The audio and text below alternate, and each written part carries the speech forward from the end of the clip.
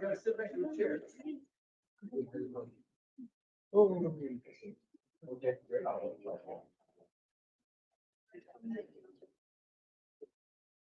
Welcome, everybody. So glad you can make it out on a beautiful winter day. I mean, keep your eyes off your computer screen and keep your eyes outside because it is beautiful today. It's also 41 days till spring is coming. Very excited. And I think it's supposed to be above 32 degrees for several days in a row starting on Tuesday. So how exciting is that? My name is Kalah. I'm the chair of the Royal Oak Area Dems. At the table right there is Mike James. He's our vice chair. Mike, wave. At the table, at the registration table is Deb Olszewski. She's our club treasurer. And Lisa Mason is our secretary. She is under the weather. She could not make it.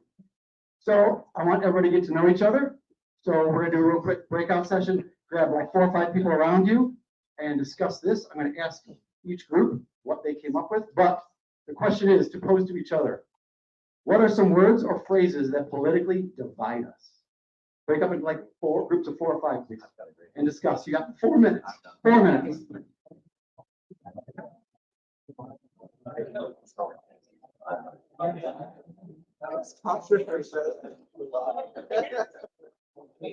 That was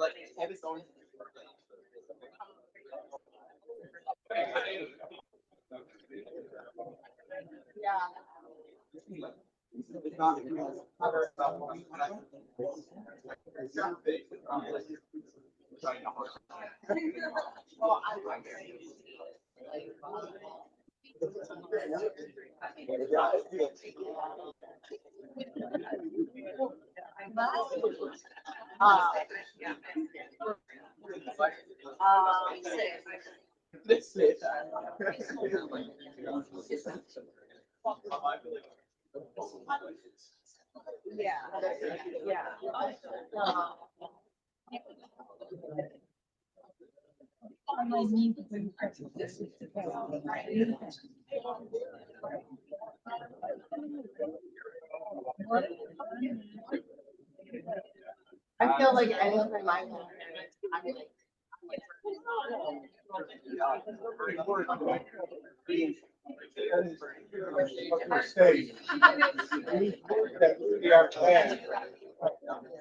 like, keep an eye on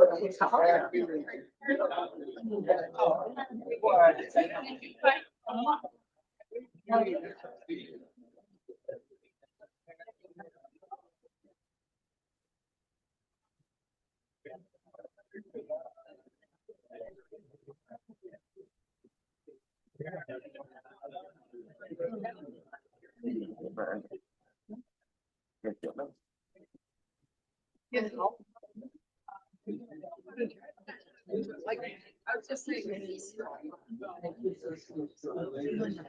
Oh, I believe it. Strikes something can say that too. Oh, and yet I get the mama bear.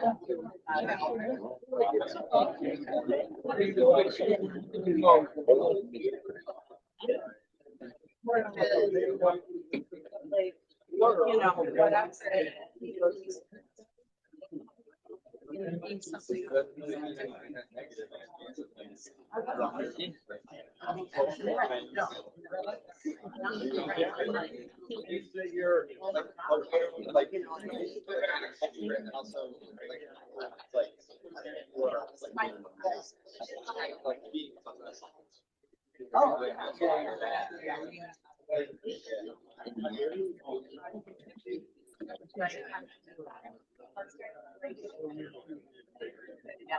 You're not really saying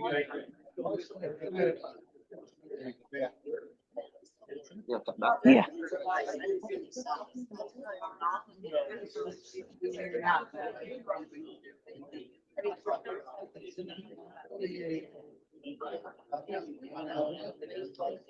All right, we all set? You guys come up with some words or phrases? All right, we're looking for words or phrases that politically divide us. Who's got a good one? How about this group? Affordability. Fantastic. You wanna share this? Affordability. Well, that's good. Okay. Any words or phrases that politically divide us? Who else has got a good one? Yeah, I think the question meant, obviously that one. Libtard. Absolutely. Illegal. Illegal, yes, being illegal. Christian. We are not the I same. heard that. Very. True. Normal for people of color. This has been normal. This has It's been just now normal. white people getting it. That's fantastic, yes. Yeah. Paul? Socialism. Socialism? Yeah. Mom Donnie, yes. Whoa. Woke. I wear that badge proudly. That means I care. They and them. Fantastic. Radical. Two more. Domestic terrorist. How about you? So keep talking about all the different labels on both sides, right? When we call each other names, of either, MAGA hat or asshole or, MAGA ass. Right? Whatever names we're calling each other. Sizes instead of. So calling people names in general. Yeah. Let's keep it civil, right? All right, well, let's get into our first speaker because we have a lot going on today. Today, I'm very excited to see this man here. Savit, he is a Washtenaw County prosecutor currently, graduated of the University of Michigan Law School. He's worked for 2 federal judges, and I was fascinated to find this out, that he was selected to be clerk on the U.S. Supreme Court for Justices Sandra Day O'Connor and RBG. He's ready to replace Dana Nessel, who's been termed out for our state's attorney general. Please welcome Savit.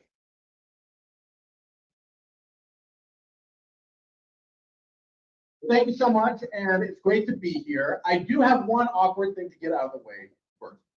Carl did pronounce my name right. It is Ellie, but as you can see up there or on the literature that we passed out, it is spelled Eli.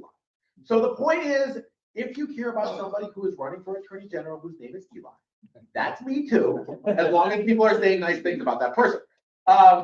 Look, I am running for this position at this moment because I firmly believe that there is no more important position on the ballot in 2026 than state attorney general. And that is because we are seeing the Trump administration break the law. I would say daily, but that would be an understatement. Congress, of course, has proved unwilling to stop it.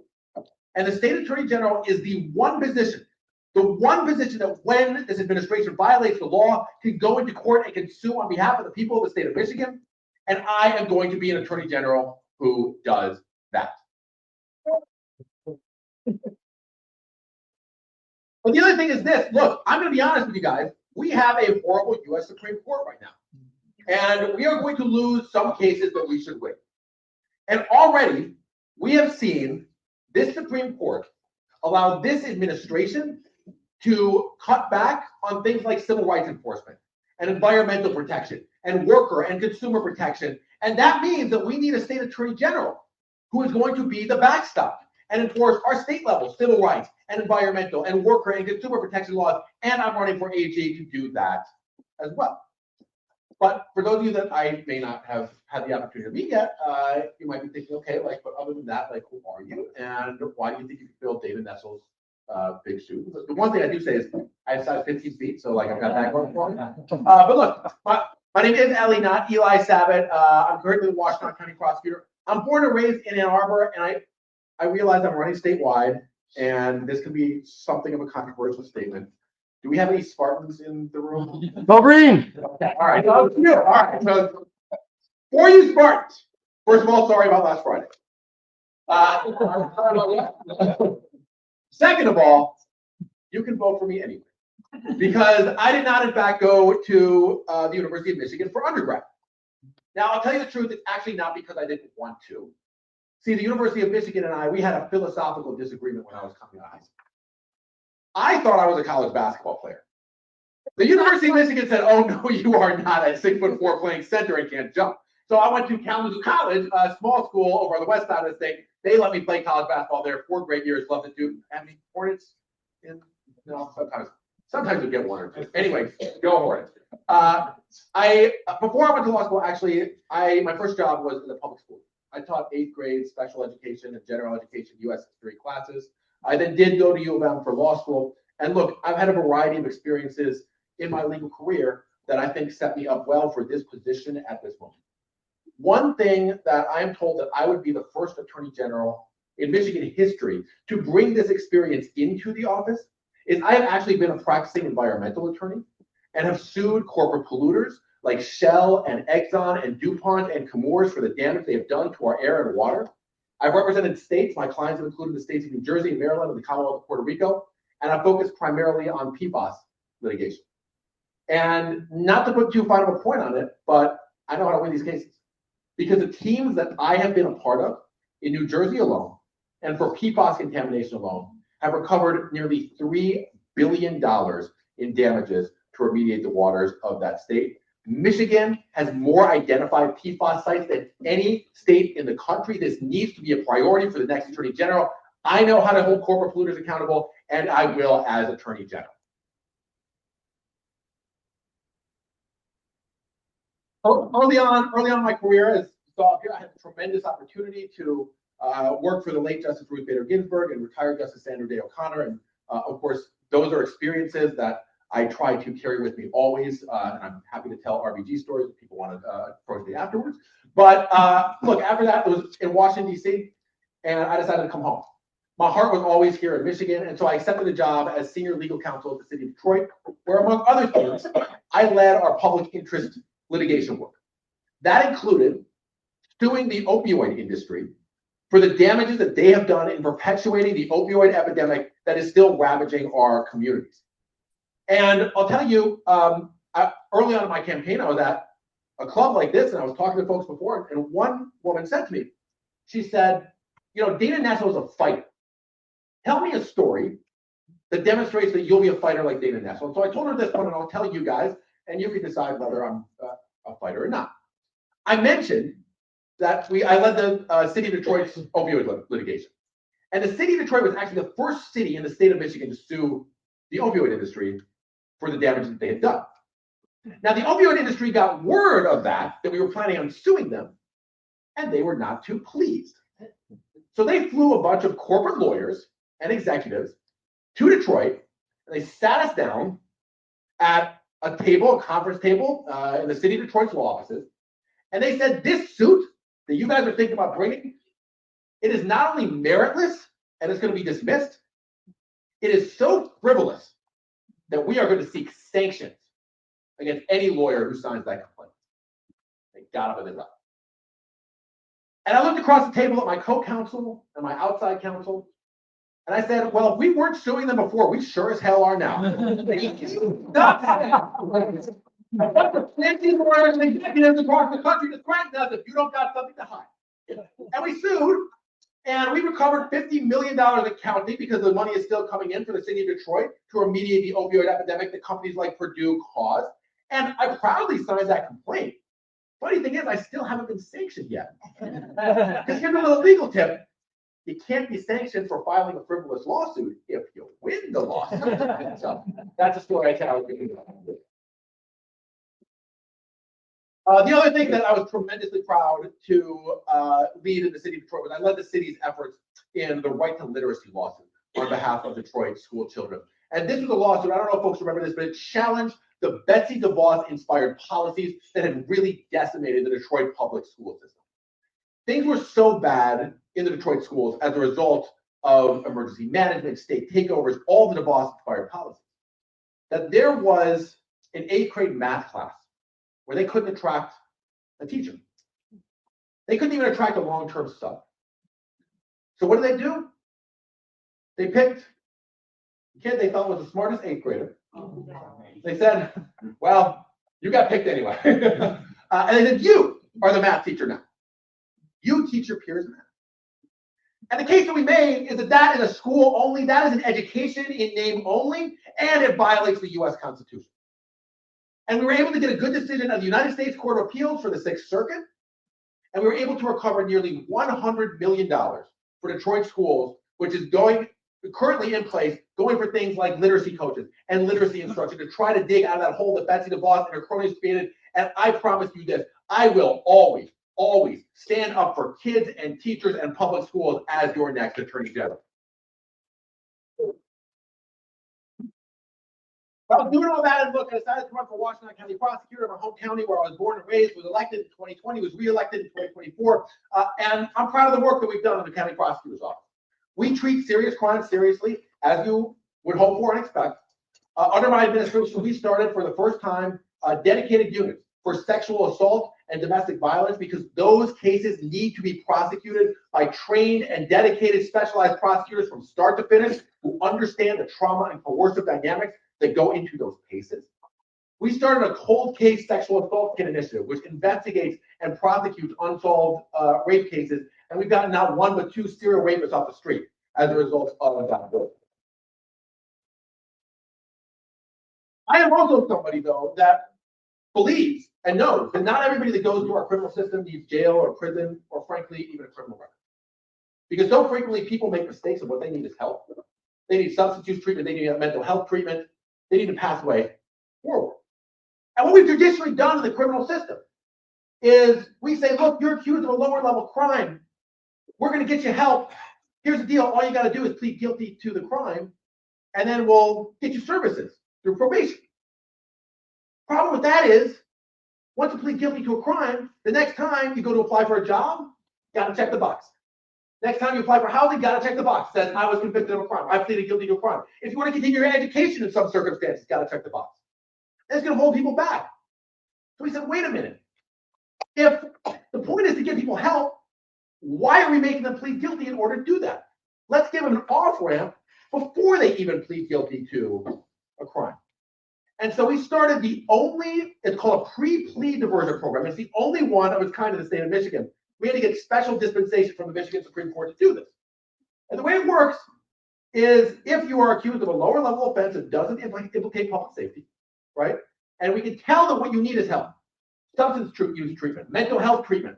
We've had folks that have stolen stuff from stores because it made them feel alive because they had recently lost a loved one unexpectedly. We said, you need grief counseling. We had set you up with an individualized plan, get you back on the right track. And if you do everything we ask you to do, and you don't commit any new crimes in 6 months, we dismiss the case entirely. And you never have to check that box that says you pleaded guilty to a crime. Now, which I appreciate, but I didn't even get to the best part. Because I like to do stuff that works. And so we had an independent study done of this program to see if it worked. And it found, it was a good sample size. We had over 200 people go through the program. And it found that of those who successfully completed the program, which by the way was over 90% of people successfully completed it, of those who successfully completed it, not a single one had been rearrested or accused of a new crime. Nice. Now you're and look, lawyers go to law school. I'll tell you a little secret. It's hard to avoid doing math. But I can do that math. That means the recidivism rate is literally 0%, which you can't do much better than. So for anybody who says we can't keep our communities safe and promote rehabilitation and fairness in the justice system, I say look at Washtenaw County. We've done both. We're doing it successfully, and we have the data to prove it. The other thing that I realized when I took office as prosecutor is that there is a whole category of harm that is done in our communities that the justice system simply does not address. And that is when corporations harm ordinary people. I'm sure somebody in here knows the answer. I used to stump people with this question all the time, but does anybody know what the most common form of theft in the United States is?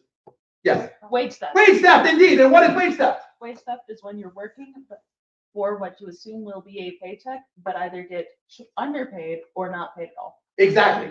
A answer was, I was going to say bosses stealing from their workers, and you're right. It could be underpaid, it could be not being paid at all. It's bosses stealing from their workers, right? And in fact, if you add it up, every form of theft in the United States and the amount that Americans lost due to all that up, I'm talking every robbery, every pickpocket, every time somebody rifles through your car and steals stuff, the amount that Americans lose due to wage theft each year exceeds all of that combined. So I said, look, we've got to do something about this. And so we started the only economic justice unit in a prosecutor's office in the entire state of Michigan, which focuses specifically on wage theft and worker protection and consumer protection. And we've been successful. We've gotten money back in workers' pockets and stopped wage theft schemes. We've stopped scams that are targeting our seniors. And we've been engaged in litigation, successful litigation against out-of-state slumlords that are maintaining homes in absolutely dilapidated conditions, advertising them as pristine, and taking advantage of predominantly low-income, Section 8 refugee populations who may not have the legal ability to stand up for themselves or afford a lawyer on their own. And that, I submit to you, is the work of an attorney general, is to stand up in court for people who may not be able to access legal services on their own because they can't afford a lawyer, because their boss is the one who's stealing from their coercion at play, because they're part of a broader group that may not be able to sue as a class because they signed away their rights. That's the folks that the attorney general should be fighting for. That's what we've done in Washtenaw County. I've got the track record of doing it, and I will always, always fight for people as attorney general.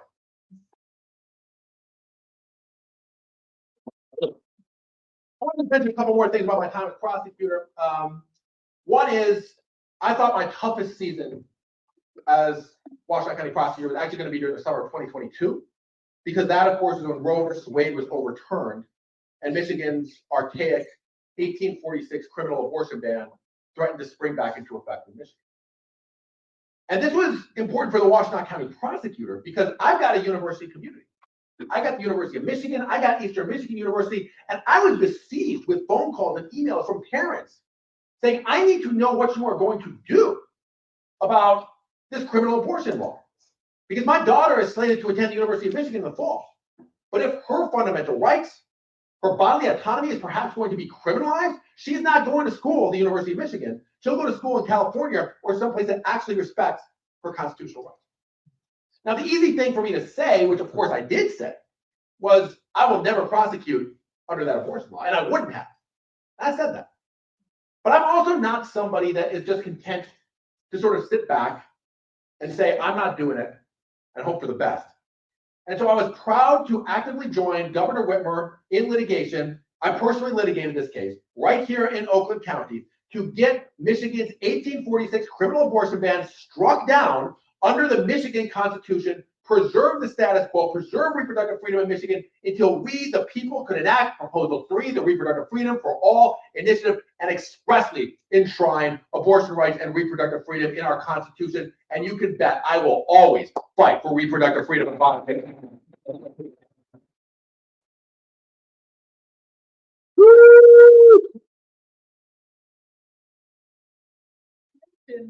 That I thought that was going to be the toughest season of my tenure as prosecutor, and then Donald Trump got elected a second time, and he's harmed so many communities that don't need it. I mentioned at the start the urgent need for the Attorney General to be in court fighting back against this administration. And what I bring to the table is I'm not just somebody who's standing up here promising you that if you make the Attorney General, come January 1st, 2027, I'll start fighting back against the Trump administration. Because I'm an elected official now. I have a community that needs me now. I have a community that needs me to stand up for them now. And since literally day one of this administration, we've been in court alongside coalitions of cities and counties across the nation fighting back against this regime's unlawful activities. It started on day one because that was when he issued his racist and unconstitutional birthright citizenship executive order, and we were in court alongside coalitions fighting back against that. It's continued when he unlawfully attempted to fire federal workers, when he attempted to cut federal funding for our community partners. We litigated against him when he tried to use SNAP benefits as negotiating leverage in shutdown negotiations, which would have left 1.5 million Michiganders hungry. We challenged his attempts to send the military and the National Guard into the streets of Los Angeles and Portland and Chicago. And most recently, just a couple of weeks ago, I was extraordinarily proud to join alongside cities and counties across the nation to support AG Keith Ellison's lawsuit in Minneapolis and Minnesota to get ICE the hell out of Minneapolis, and I will continue fighting for that. I'm not just saying, we've done it already. And when the chips are down, we need somebody who's going to stand up. I'll close with this. I know that I have talked a lot today about fighting. And in part, that's because I'm a lawyer and a litigator, and that's kind of what we do. And in part, it's because that's the moment that we're in. But the reason that I'm passionate about fighting and being in this fight right now is because by fighting for what we believe in, fighting for what our country was based on, that is how we can build. Because I know that a Michigan in which we can all thrive, the Michigan future that we want, is one in which we're all able to speak freely. And we're all able to choose when, whether, and with whom to have a child. And when we decide to start a family, if we decide to start a family, we'll know that our kids can grow up and they can drink clean water and breathe fresh air, and they can go to schools that are not just adequate, but are excellent. And when they grow older, they can afford a home of their own and to start a family of their own because they don't have to worry about their boss stealing from them or a predatory corporation price gouging them. All of that is what we're fighting for. All of that is what we're fighting to build.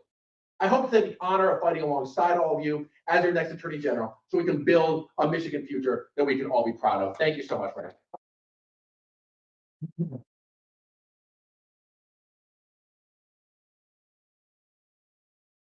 There's time for questions. Yeah. Yep. Back there, yeah. I just wanted to say how much I appreciate you noting wage theft as the major problem it is. And you've got my vote on the 19th just for mentioning that. I appreciate it. I've been told I talk too much about wage stuff sometimes, so I appreciate that. Yeah, back there. About Trump's recent proposal to nationalize voting. Yeah, what are my thoughts on Trump's recent proposal to nationalize the voting system? Well, I want to be clear on this, actually. He didn't say he was going to nationalize the voting system. He said that he was going to target specific, not even states, but cities, right? Detroit, and Philadelphia, and Atlanta, right? What do all these cities have in common? Yes, Democratic black cities. And if you have any doubts about the importance of this race, not just here in Michigan, but nationally, think about what's going to happen on election night in 2028. I've been saying this well, since Trump got elected the second time. He is going to try to draw out the votes in Detroit and in Flint and across the state of Michigan in historically black cities and Democratic strongholds. He just is. He tried that already in 2020. And he's going to try this across the country. That is where the AG needs to be standing up. And it will be litigated. There's no question about that. He's going to have some pretextual reason. I mean, the reason that he tried to throw out ballots in 2020, like literally there was a wagon. I mean, it was the most insane thing. There was a wagon, which was a news van wagon, in the TCF center. So that was evidence of like massive voter fraud. So the argument was, let's throw out all the Wayne County voters. Okay? It's just wild. It's bullshit. And I will fight back against that in court. I've actually, I didn't get to everything I've done in my legal career, but I've actually done voting rights cases on behalf of the ACLU as a pro bono cooperating attorney. I've also actually worked in the Michigan Democratic Party boiler room doing spearheading election protection across the state since every election cycle since 2016. So I know how to do this. I know what it takes on the ground. But the thing about this is going to happen. He's probably going to try something in 2026, which is going to be a project in 2028. We need to start planning today.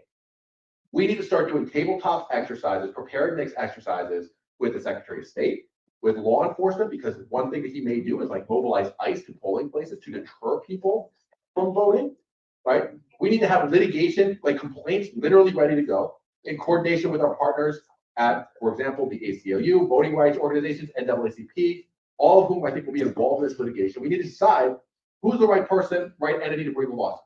Is it the state? Is it the city?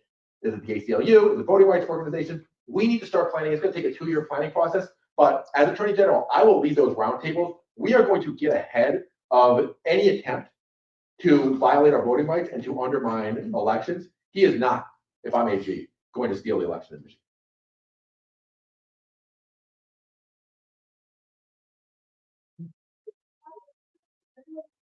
Organized labor is backing someone else. It's about people. It's about people showing up at the convention. And I've been a friend to labor. I've been backed by labor in every race I've ran. I respect labor's choices. I'm always going to stand with you. At the end of the day, it is people that are going to come out to the convention and decide our next Attorney General nominee. I believe people deserve a choice. I'm running on a different platform than my competitor in this race. So it's up to you. If you want to see me as AG, show up on the 19th. If you want to see somebody else as AG, show up on the 19th. That's the democracy we have. That's the voting that we have. We've got a great ground organization. We've got a great team over here. We've got interns across the state, many organizations, grassroots organizations that are supporting us. So I feel very confident about our ability to win it. And we're going to put it to a vote. We're going to give people a choice, and ultimately, then we're going to win in November. Yep.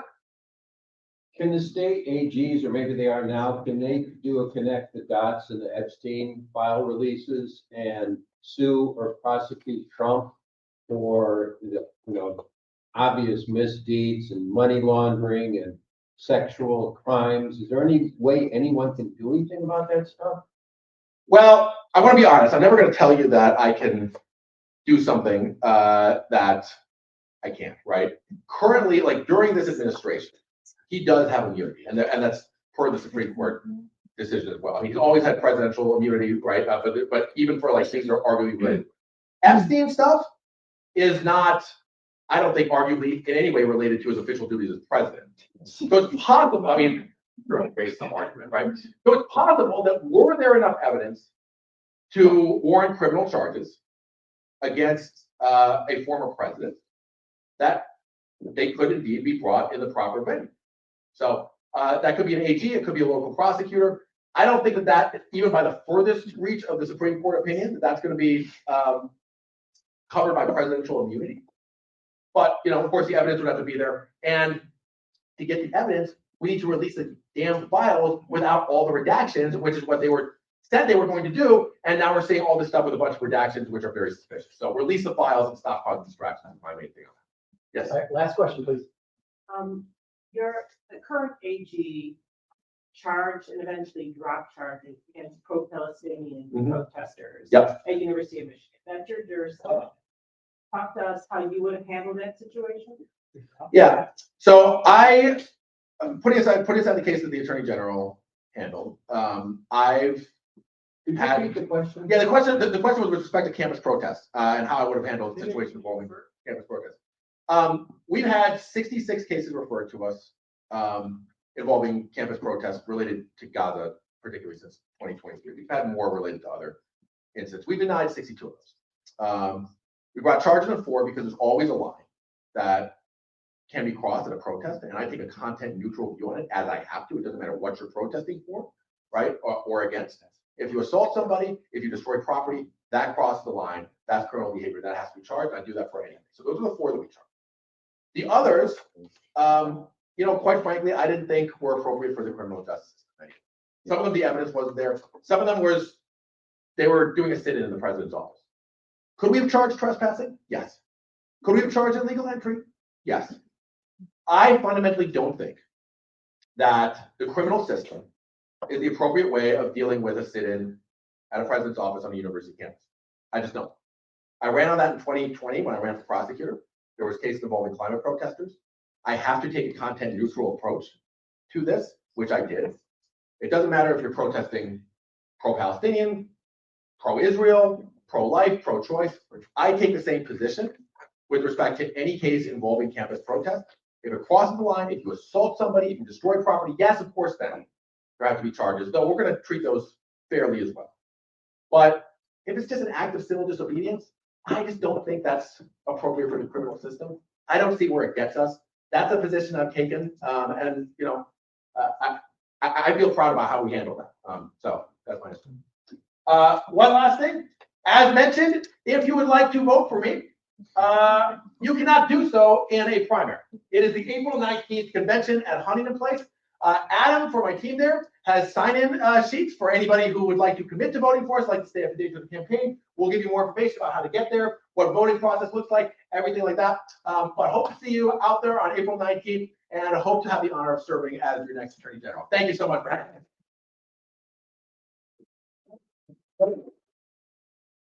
Thank you so much, Natalie.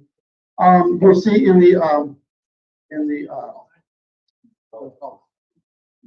the agenda here, I accidentally put U.S. Senate. He's running for AG, obviously. I think autocrat, I put in AG and it put in U.S. Senate. But anyways, our next speaker is Russell Abrutyn, nationally recognized immigration law attorney, also a graduate of U of M Law School, and specializes in immigration law and employment immigration.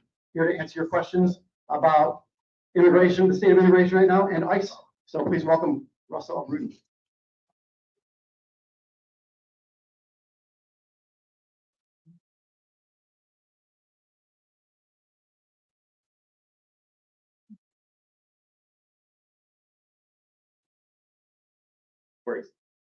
Good morning, everybody. Morning. Let me just say that we do need more prosecutors like Ellie who understand that our communities are safer when immigrants feel safe reporting crimes and turning to the police for help. And so today I want to cover two sets of topics related to immigration. The first being at least some of the changes we've seen in immigration law, practice, and policies over the last year. If I went into everything, we would be here until November. So I'm just going to hit the ones that I think would be most interesting to you. And I promise I'll try not to nerd out too much on the details and just keep it at a very conversational level. And then after that, to talk about the responses to these changes, which I know for me, practicing immigration law for as long as I have, it's very inspiring to see the broad support that we have in the public, in the communities, and even in the courts right now. So the first issue, the biggest one, the one that's destroying the most people and having the biggest impact on communities, is the massive expansion of detention and essentially the warehousing of human beings. What we're dealing with first and foremost is an attempted expansion of mandatory detention of millions of people that in a drastic departure from 30 years of interpretation of this immigration statutes and policies, that the government now believes that anyone who's entered the United States unlawfully, no matter how long ago, can be detained without any chance of bond for as long as their case is taken. That impacts, like I said, millions of people. There's probably at least 2,000 people being detained in Michigan right now under these rules. And it's overwhelming the federal courts with individual habeas petitions, which have been almost universally successful. But it's overwhelming the legal system because there aren't enough attorneys to file these. People aren't able to wait the weeks and months that it would take to be successful in these. So they're giving up, they're leaving behind their families, they're leaving behind the companies they started, they're leaving behind their communities. The second area where we've seen a massive uptick in detention is people who are doing the right things, people who are going to court for hearings, people who are showing up at an asylum hearing, people who are showing up for a green card interview, and who would be approved for a green card, but for the fact that they're being detained at the interview. And so it's discouraging people from pursuing legal pathways to immigration, from showing up at hearings that they might win their cases at. And you see this in the news, you see crying people being separated from their families and dragged away from the hearing and locked. The next thing we're seeing, and this is a little more recent, is a curtailment of constitutional protection. DHS has announced that it now believes that it can use administrative, not judicial warrants to enter into people's homes. And so an administrative warrant is just a warrant signed by ICE, not signed by a judge with no review. And they're also now planning on arresting people without obtaining a warrant first. DHS and DOJ are firing administrative judges and as well as DHS adjudicators that insist on exercising independent judgment and exercising the discretion that Congress gave them the authority to exercise. We hear quotes from the highest levels of government that DHS can act with something called federal immunity or absolute immunity, which is really just impunity to do whatever they want to whoever they want. And that results in physical and even lethal violence against individuals exercising their constitutional rights.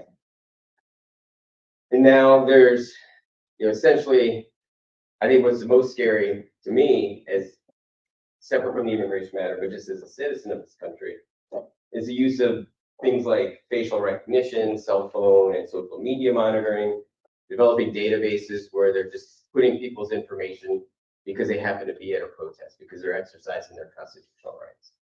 And then that data is being used to seek retribution against. Maybe you lose your TSA pre-check clearance. Maybe you can't enter a federal building.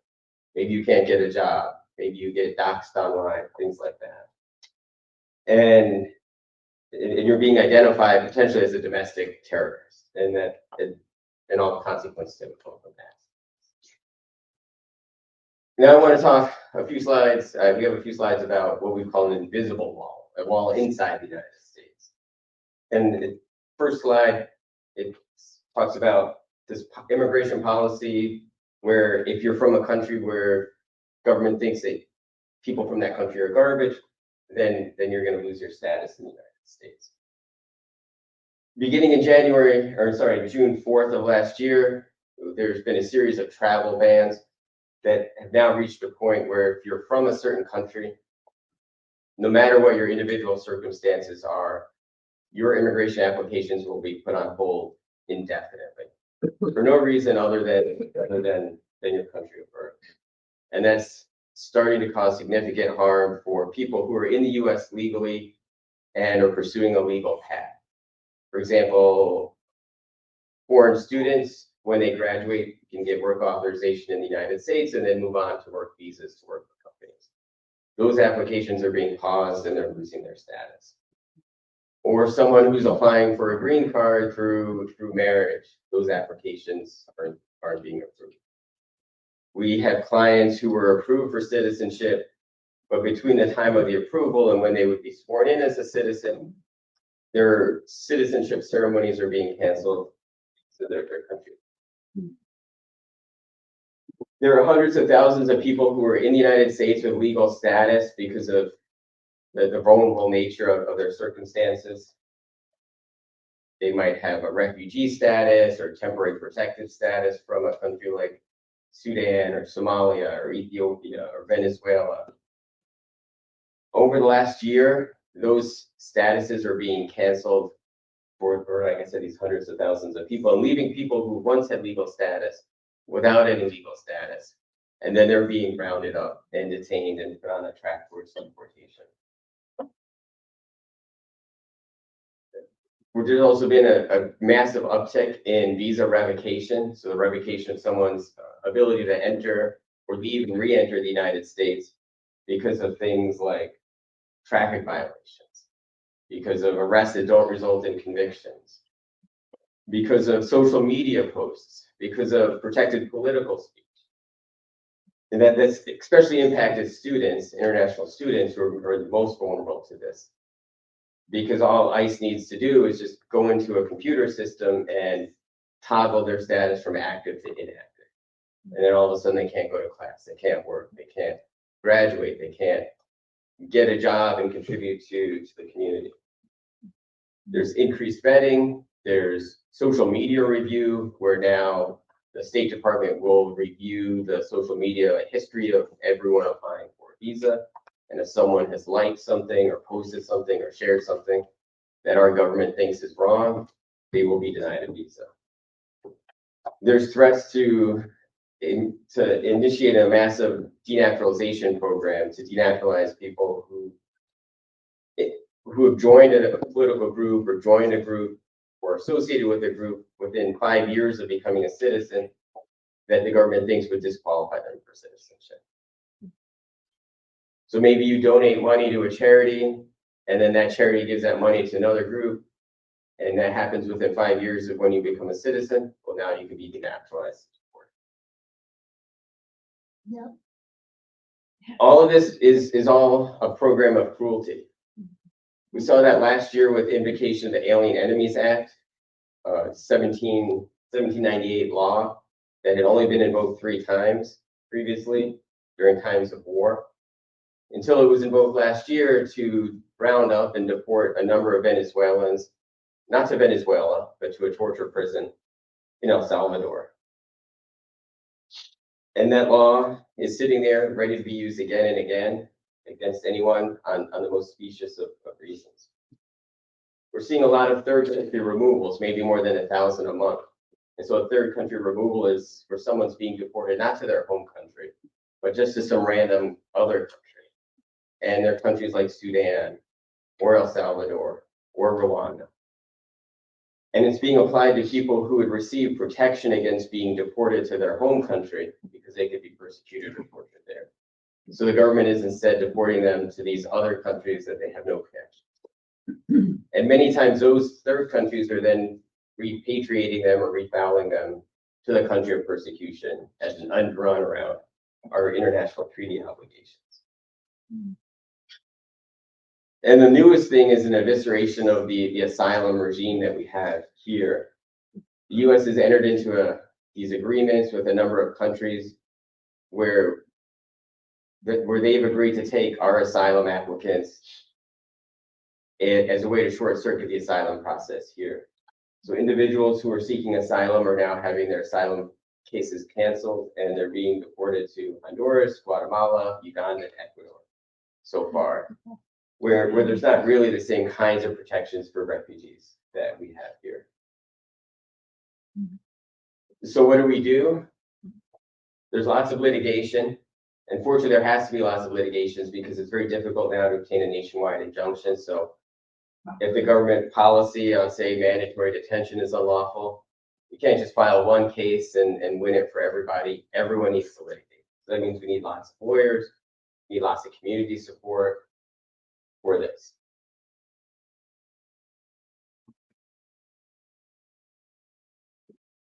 But immigration is one area where I think we've held the line. Universities, law firms, media organizations, they've all rolled over. But it's a community that stood up in support of immigrants, and it's been successful because these policies are so unpopular that the more people that hear about them, the more people that come to oppose them. And what have the people been doing in places like Minnesota and here and elsewhere? People will go to court with vulnerable immigrants to give them support and at least to document what happens.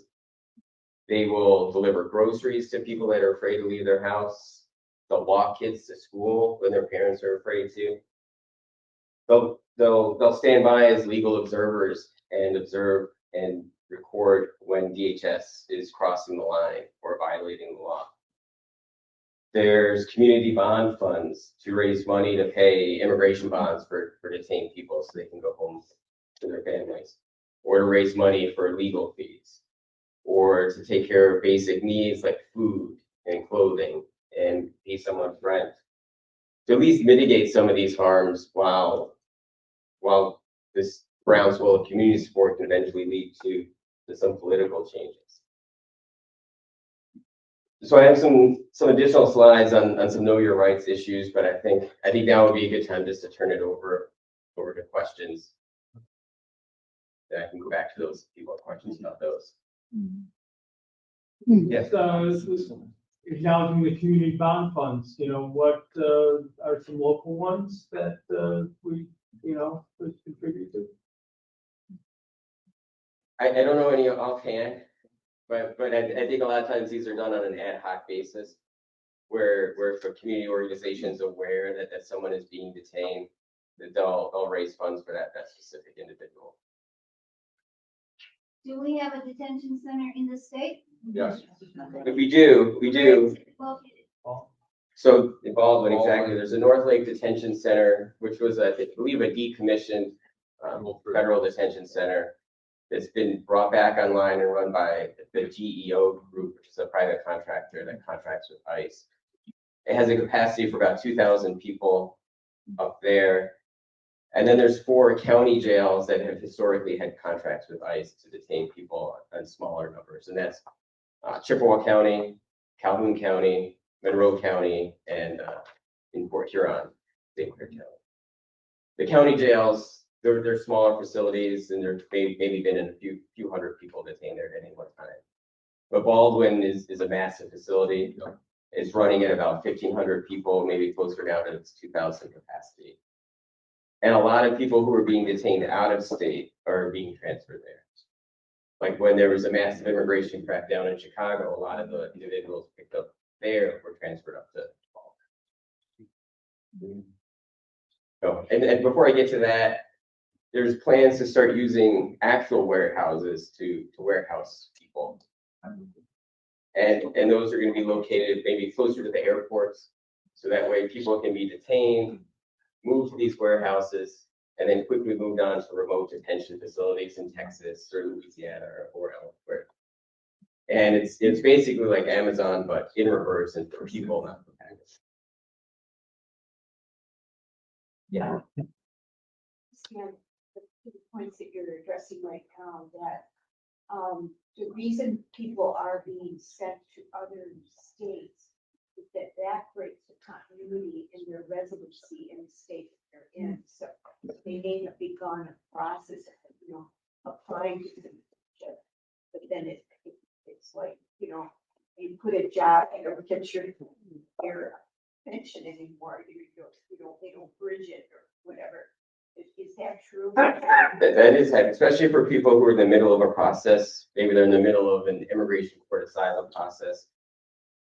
Their lawyers are here, their case is here, the witnesses are here, they're detained, they're moved to, say, Texas. And then their case moves there with them. They kind of start all over. They need a new lawyer. They're separated from their families.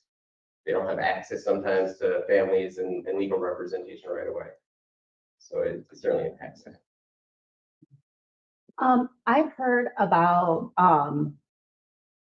legislators and other folks in different cities preemptively putting like moratoriums on like those types of warehouses and such being put in their counties or areas. Is that something we can do here in Michigan, or how do we look at, I mean, I live in a small city, but we're a part of obviously a bigger county. Is that something we can do here in Michigan? Is that something? Yes, I think a lot of times these require special permitting and zoning changes. So local communities can prevent that from happening. Once it becomes aware, I think DHS is trying to keep this as quiet as they can. Mm-hmm. Because once people find out about it, people get upset and they can stop. That's a bad idea. Do you know if your slides are going to be available online? I can make them. I can. Let's put it on our website. Because it's really good information. There's a lot of information there, yeah.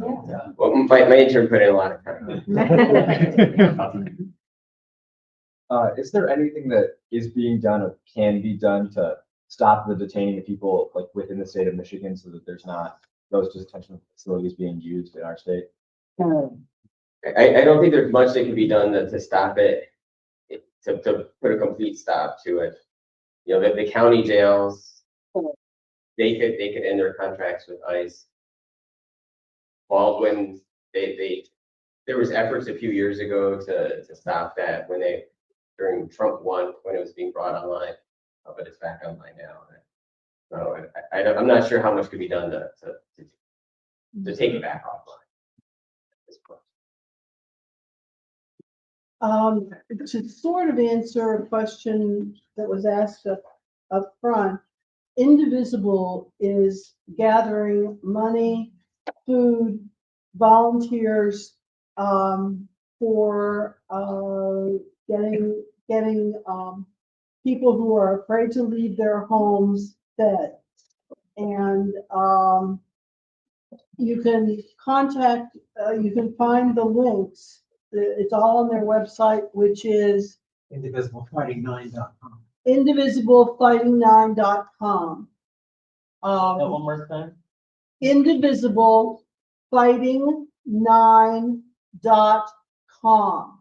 You'll also find it on your email, if you're on the email list, on the very bottom of our email. Indivisible Fighting 9 is on there too. And I should have mentioned that they do great work, and they connect people with immigration lawyers, bond resources, and with community support in general. Yeah, just a brief question. So let's say I'm walking down the street and armed men with masks come up to me who have no apparent identification. As a citizen, and they start talking to me, as a citizen, what am I obligated to do? Is this verbally saying I'm from Department of whatever, or I'm an ICE person verbally? Is that an identification that I should pay attention to? Or should I wait around and have them fumble for some identification? If they have none, do I just ignore them and walk, or do I call 911 and tell them that they're gunmen with masks running around the street? Or do we have any simple way of doing this, or or should you step away and say, I'm not sure? Look, we have a slide for that. So you can ask, if you're free to leave, you have a right to remain silent. You have some of the same basic rights you would have with any encounter with law enforcement. The stakes are a lot greater now because we know that you're not restrained by the same rules that would restrain regular law enforcement officials. If you're not being detained, you can walk away. But we've seen when that's how ICE has responded to people in the past when they try to leave. So you just have to balance the rights that you have against your own interest in personal safety. Okay. Okay, one more question, please. One was about the employers having a plan in place, what you meant by that. And then I just want, in regards to building detention centers and jails helping, if you don't do that, then they for sure send texts, right? I mean, it's sort of a. They'll find someplace, yes. Yeah. So what can employers do? It's more about training the people that work there, that if ICE comes, well, they maybe can go into the area of the business that's open to the public. They don't have a right to start walking around into the back. They don't have the right to ask people for their papers and questions like that. And so it's an intimidating situation if a large number of masked armed men with military grade weapons come into a business and they say, can we go into the back room? Can we look through your files? So just to have that plan and have a script that someone can read to say, you're not allowed back there, let me see your warrant, let me get my boss, things like that. Or even to be able to lock the door if you know ICE is coming. And that way, they wouldn't be able to come in absent the warrant. And the other thing is, just going back to that administrative and judicial warrant, if ICE does come to someone's home or business, you do have a right to ask to see the warrant. If you open the door to get the warrant, they'll pull you out. So have them slide it under the door through a mail slot. And if they don't have a warrant, you don't have to let them in. If they really want to come in, they'll come in, but you don't have to.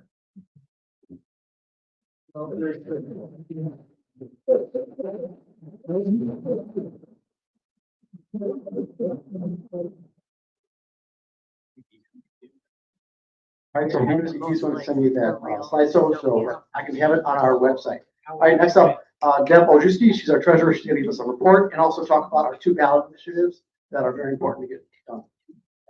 Very good. Okay, so we have $3,732 in our checking account. Our internship fund has $520 and some change. And our Royal Uprising funds have $111. That's for supporting of our youth. The other thing I want to talk about is I've been active in trying to get these petitions signed. They did tabulations as the 6-month period was coming up. They did not have enough. So they're sliding the 6-month period over. We're going to start again like mid-October when the big No Kings protest was, because they got a lot of signatures then. But they're going to move it up to April. That means that all the signatures that were obtained before mid-October are going to be tossed out. So we need everyone to sign again, if you sign before then. And even if you're not sure exactly when you sign, we have checkers that will be going through every line and making sure that people are not double signed. So they will put out the extra signatures, so we only ultimately submit one of each. So I have petitions here. Invest in Michigan Kids is going to have a small tax surcharge on millionaires to pay for schools. And the other one is money out of politics, which prevents DTE and Blue Cross and those kinds of corporations from donating to political campaigns, where we know they do a lot of damage. All of these sheets are for Oakland County. If you live in Wayne or Macomb, come talk to me. I've got those sheets, but I didn't want to confuse anyone with the other one. So I'm going to start one way and the other one the other way. If you get confused, This is a youth set. sign again. Sign again. Okay. Deb, is that true for both or just the Invest in My Kids? That's for both of them. Okay. For both of them. Questions? I think so. There's a piece on, there's no piece in March. March 28th. Yeah. That would still be within the period, so hopefully we'll get some signatures there. What is the date the signatures have to be submitted with the state? Right now, they're doing a huge push because they want to get as many as they can in February. Apparently, there'll be some extra money coming to them. They're thinking about hiring paid circulators to get some done too.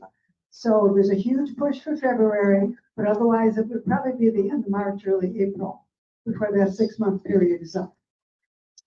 Thank you. I don't know, you know how short they were? You know, how far off were we from the? Pretty short. One had like 82,000 and the other one had 100 and some thousand, but they both need like 300,000 to 400,000. So quite a bit. All right, thank you, Deb. So all those will be back there, so if you guys could please sign before we leave. Next up, we're talking about our youth summit, which is coming up March 21st at Bamboo here in Royal Oak. We got some great speakers.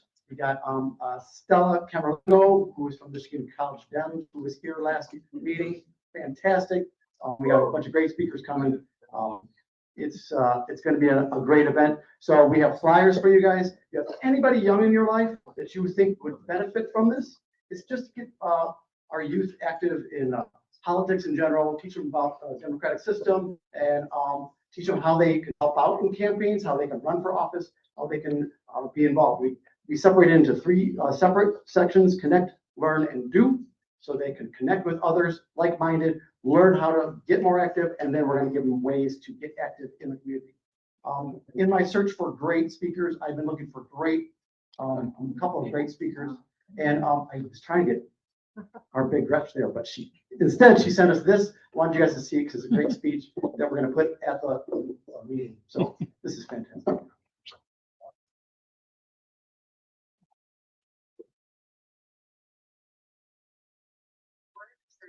Message. We need you. We need you to help us select the next generation of leaders who are going to take action on all the issues we care about.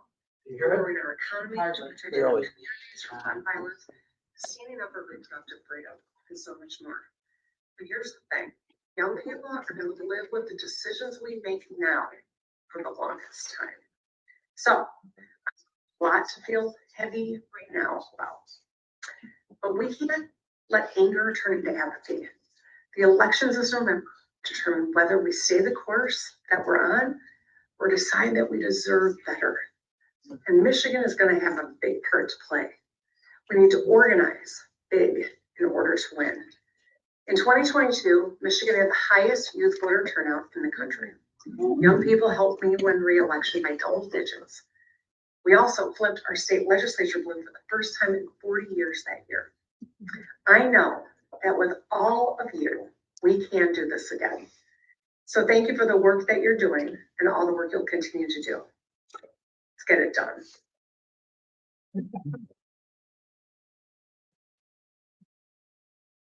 All right, so we've had a committee putting this together. So if I could have Charlie come on up here, Eric, Matt, Cameron, you can come up here. You've been a big part of this too. I'm sorry. So I'm going to hand it over to Charlie. Thanks, Carl. My name is Charlie Fleedham, and I'm a proud member of the Youth Summit Committee, and these are some of my team members. So I want to say something about Russell. First of all, a bit of a downer. I had no idea that our government was screwing over so many people so categorically. And so thank you very, very much for that presentation. And when I think of that presentation, I think of this group of young people because it's going to be a long battle. It's not going to be over next week or next month. And even if we win in 28. It's gonna take a long time to work on it. We've got these young people interested and just so proud of them. So what I want to do is something fun and quick today and will be incredibly helpful for next month's summit. We've got all of you, 80 or 90 amazing Democrats in this room, and I bet a few of you are feeling generous today. How many of you are feeling generous today? Come on. Let's get it up. Okay. And what we're going to do is a little exercise and ask you to invest in our next generation of leaders. And you've got the agenda in front of you. Unfortunately, the Youth Summit is not going to run on its own. Okay? Flash it around your car. Yeah, you be the poster guy. Okay. We're doing it at Bamboo. The facility is over $1,000. We've got the Trivia Pursuit, $500. We've got food, coffee, donuts, cookies, prizes. Got a lot of stuff going on for this wonderful group of very poor youth, right? So what we're going to do today is we're going to ask you to come on up here. If you can throw in 25, you'll be a summit captain. How's that sound? Who would like to be a summit captain? And you're going to get your picture taken by Carl. You're going to have your picture and a nice poster and presentation for the youth when you come into Bamboo on March 21st.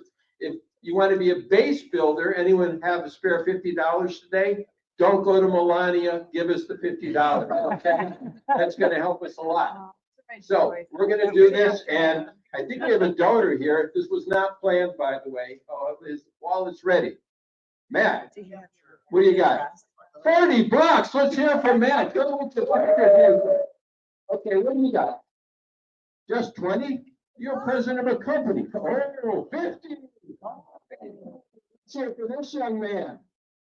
Of course, Cam, I didn't think so. Okay, so captains, who wants to come up and give us a little bit of money? Come on, step on up. Who wants to go first? We'll take, yeah, we'll take Venmo. Elaine, all right, let's hear for Elaine. Thank you. Woo! Elaine, terrific. And what's your name, young man? Kurt. Oh, thank you so much. Okay, and we've got Penny. Come on up, Penny. Got Penny with 50. Wow, thank you. Anybody else want to help our poor, starving young Democrats? Okay. You can tell Cameron doesn't eat very well. Okay. Thank you so much. You are doing a great thing. They are Venmo guy over here. Joanne, love you. Thank you. Paula, beautiful. Michelle, thank you. Appreciate it so much. Suzanne, wow, you're picking it up. Our young are going to be so happy. $1. Come on. Okay. 5. Thank you so much. And we've got more and more. In the video. Emily, thank you, Emily, and more. Anybody else? Wow, this is great. We're doing super. Joe, thank you so much. 40, beautiful. Okay, and thank you. The Venmo, John, my fellow Lion fan, appreciate it. Go Lions. Hopefully get a decent coach next year. Okay, anybody else? Thank you, sir. Appreciate it. Every little bit's going to help. So what do you say, guys? Thank these wonderful people. Oh, yeah, thank you very much. I mean, we're going to try to put out the best activity that we can, especially with everybody's help. Really appreciate it. Really appreciate it. Appreciate it very much. Very much. It helps a lot and helps get stuff done. So thank you. Go ahead. It's not just for them, right? No, it's not just Royal Oak. No, it's for anyone. I put it out to every club in Oakland County, and we're advertising it everywhere. District 11, everywhere is going to get it. So we're advertising for everywhere, and we will be going around to businesses within Royal Oak and surrounding areas looking for donations as well. Yeah.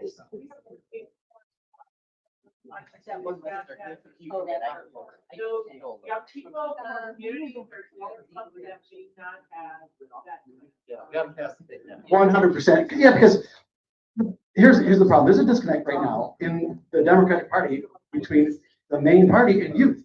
And we need to get a way to get them involved. And I know we within our own club have had Royal Rising, which we are the most successful in Oakland County for a youth group. However, that's not enough. We need more. And I know we are trying hard because we are a close-knit club that knows the value of it, but not everybody does. So I think this is going to start getting youth active, and we can grow every single club. I'm going to reach out to every club chair to make sure that they bring me 2 or 3 people from their own area so that we can grow the youth engagement in this county. All right. Oh yeah, college Dems, and then obviously the high school Dems as well. All right, thank you guys for all your stuff. We'll keep moving on. So our Royal High School Democrats just had a meeting this past Thursday, correct? Yes. And they're Wednesday. So let them, this is Owen Kruger and Campbell Bayless.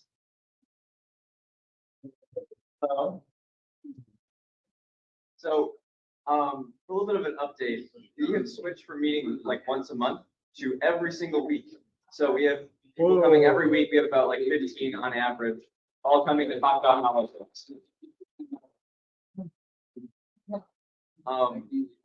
we've been like very, very successful with gathering of people. We're having elections for our club to decide our board this upcoming week. And we have a whole bunch of people interested in being like leaders in our organization, and a whole bunch of people who want to come here eventually once they have time and are free on Saturday mornings. But I think that we've been going really strong. We have a lot of plans coming for the future, trying to help out other local high schools start their own chapters and develop theirs, because we've had a lot of success, and there's other schools like Berkeley, Roper, and many others who are trying to get started but don't really know how, because there aren't that many good systems to teach you how to start a chapter at your high school. And a lot of schools have very different rules about club policy, which ours at the high school are getting updated right now. And we had a little meeting with the athletic director this past week to talk about those, which it shouldn't affect us that much, thankfully, but it is different. Do you have anything? No. Okay. I think that's all we have. Do we have any questions? I have a question. I'm sorry, it's not just about your club, but what's the vibe around the Turning Point chapter at So here we go. Okay. We're gonna get you stuck up here for a lot longer now. But so when it got started, there was a lot of like just kind of a reaction to it. Like it was very reactionary, like the protests and everything like that. There wasn't a lot of planning and strategy behind it. I don't think that Turning Point should be at the high school, but there's also nothing to stop them from being there. There is no, like, the school cannot legally do anything, and that's something that we need to recognize. And as the high school Dems, like, it feels hypocritical if we're like, oh, you can't have a political club because we disagree with you, because that means that we can't have our political club. So is it politics or something else? So it is, they are a political and religious club. The school cannot say you cannot have that. And the school district has been actually doing a very, very good job updating this club policy. We read through it on, I think it was Thursday this week. And I think that it's doing a good job to combat concerns that people had to the extent that the district can. I don't want to have to like speak for because we have school board members here, they can speak to this better than I can. But overall, in terms of like the students' vibe, people have kind of like not necessarily stopped caring, but there's not that outrage that was once there. And after the protest, Turning Point has also lost like people. There's not that many people who go to Turning Point meetings. It's mainly their leadership and a couple other people. In our school, you have to have like a certain number of people to have a club, and they're usually below that number at their meetings. So we're pretty confident that it'll eventually fizzle out. We just gonna have to like ignore them, not give them a platform. Mm-hmm. And that's kind of what we've been trying to do since the protest took place. Great job. Any more questions? What was the high school?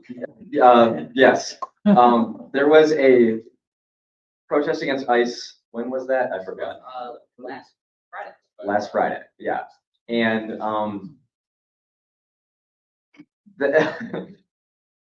it happened. That's all I can really say. There was not that much interest. I mean, there's a lot of people who don't necessarily support ICE, a lot of people who want ICE gone and not in our community and things like that. But the protest itself wasn't greatly organized, and it was a lot of people just kind of trying to skip class. But I think that there is like a lot of support against ICE, and I think that protest is not necessarily like representative of that, because I know like it was just the first 3 hours of the day, and a lot of people have classes the first 3 hours of the day, and they can't just skip and protest, even though it is very important.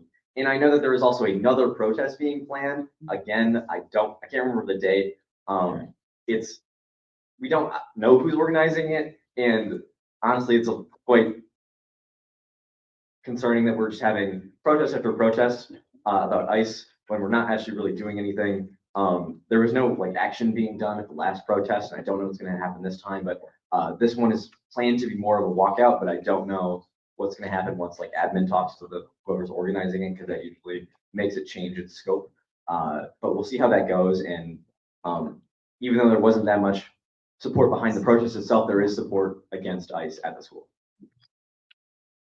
I just wanted to add, there is a Board of Education meeting on this Thursday. I believe they're supposed to be discussing the Turning Point Club at that meeting, just if anybody's interested in attending. I will also add that we are both like student reps for the school board, so we'll be there.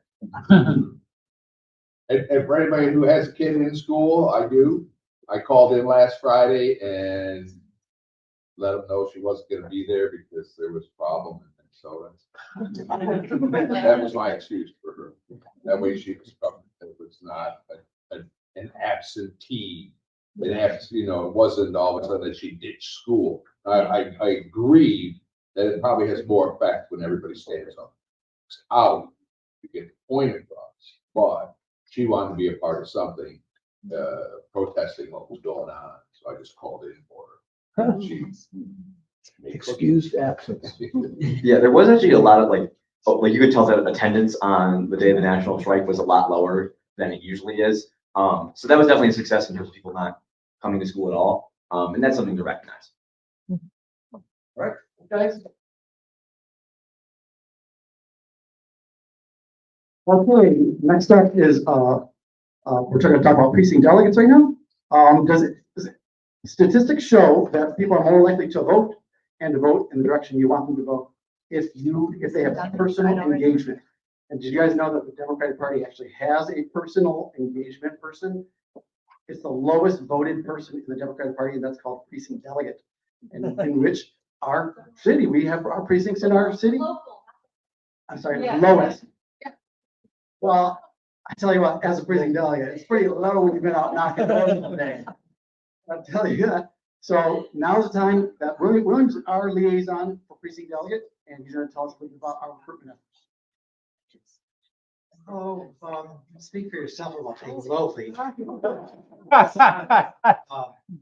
it's an important position. It's an elected position. Precinct delegate get elected in the August primary this year, every 2 years.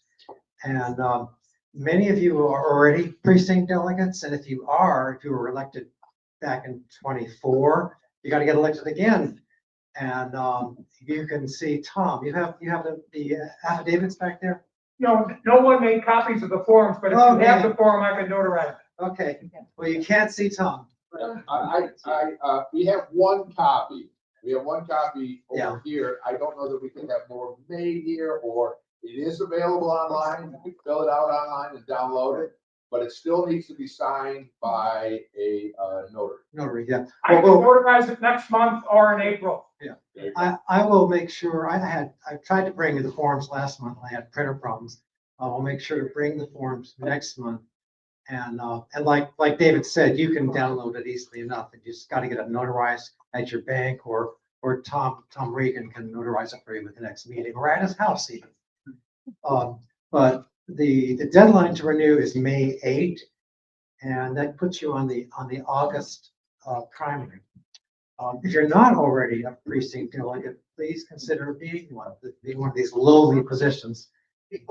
We have 15 precincts in our city, and we need several PDs in each precinct to adequately cover the city.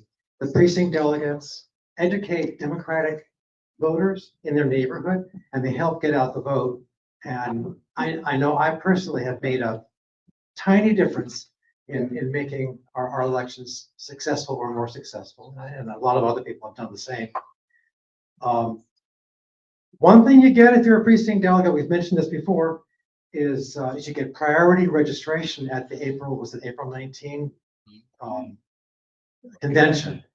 And in other words, number one, you don't have to be an MDP member until the day of the convention. And when you go to the convention, there's a short line for PDs. It's much easier to get in. Like hours easy. Oh, it is incredible. Yeah. I like 5 minutes. That only, what I just said only applies to people who were elected as a PD last year. If you're on the ballot this year and not a PD already, then that'll get you the priority registration in 28. But it's something to look forward to. Definitely encourage everybody to go to that convention to help make the choices, since we don't have a primary for Attorney General and Secretary of State. I'll have questions in just a minute. Okay. Just have 2 other things. There's an organization called DIPDOC, Democratic Precinct Delegates of Oakland County. It has training. So if you're at all unsure about what to do as a precinct delegate, you take their training and they'll show you what to do. They also, DIPDOC has a pilot program for text messaging. And our club is participating in the pilot program. So we're going to have a pool of 10,000 text messages that we can send out.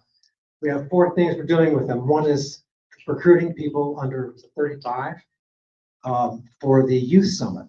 So we're sending out lots of text messages to strong Democrats, young ones in Royal Oak, to encourage them to come to the youth summit. I'm going to be using this text messaging system for precinct delegate recruiting. And then we'll also use it for Dems and Beer, a wonderful event we have at Fifth Avenue each year to get to know each other and to commune closely with our elected representatives. And we'll also be using the text messaging for get out the vote efforts. One last thing. There's a survey that Carl's going to be sending out to everybody in the newsletter, and it's going to be asking you to update your email address and your phone number and maybe the address. And if everybody would please respond to that and give us your information. I will be using that partly to help with recruiting efforts to get precinct delegates. We want to be able to identify where you live in our city. So if we have a precinct that's not well represented, and we have numerous precincts that are not well represented, we can reach out to you and get your help. I said that was the last thing. The last thing is that if you have $25 and you want to bring it up to help suffering precinct delegates, I'm not saying it. I'm just kidding. Nice try. Lowly precinct. Oh.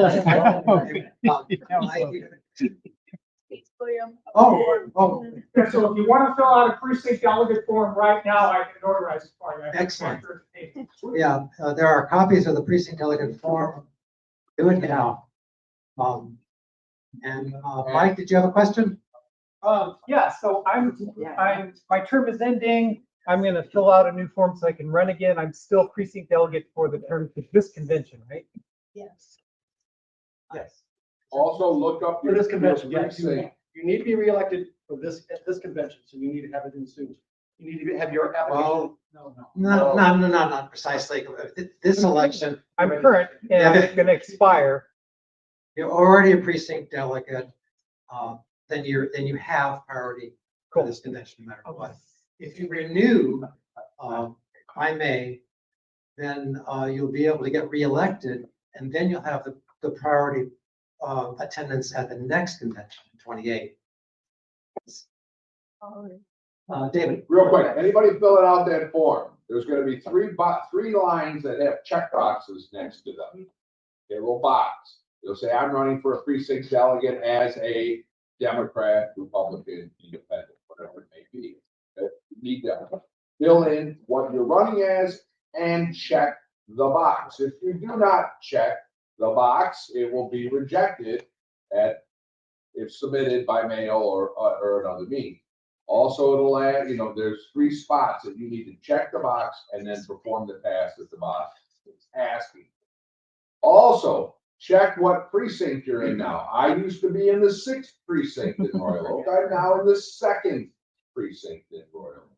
Those things have changed. They've sort of gotten moved around. So if you're thinking, oh, I know what precinct I'm in because that's what it was in 24, it may not be what it is in 26. So take a look so you know which precinct you're running in, because you're going to be asked to fill in what precinct you're running for as a precinct delegate. And actually, we have on the website, ROADC.com, there's a link there where you can go to a map, find where you are, and it has your current precinct. That's just a couple of little things. Top. William, if people fill out their forms and leave them here, will you drop them off at the county clerk's office for them? Absolutely. Okay, so if you've already filled out a form and you want to bring it back to me and leave it with me, I'll give them to William at the end of the meeting and he will drop them off at the county clerk's office for you. So you won't have to worry about mailing them in. They'll bring them all in one batch. One stop. Okay. Nice. You got a question? Organized. We need to, ask if you're going to do that as well. Yes, I will. I love going to Pontiac. No,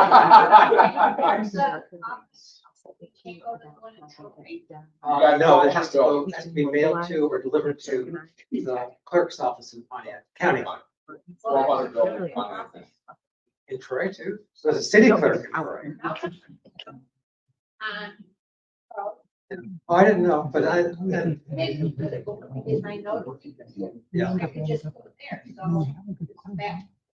know about that. Okay, I will. It's on the west side. Thank you, William.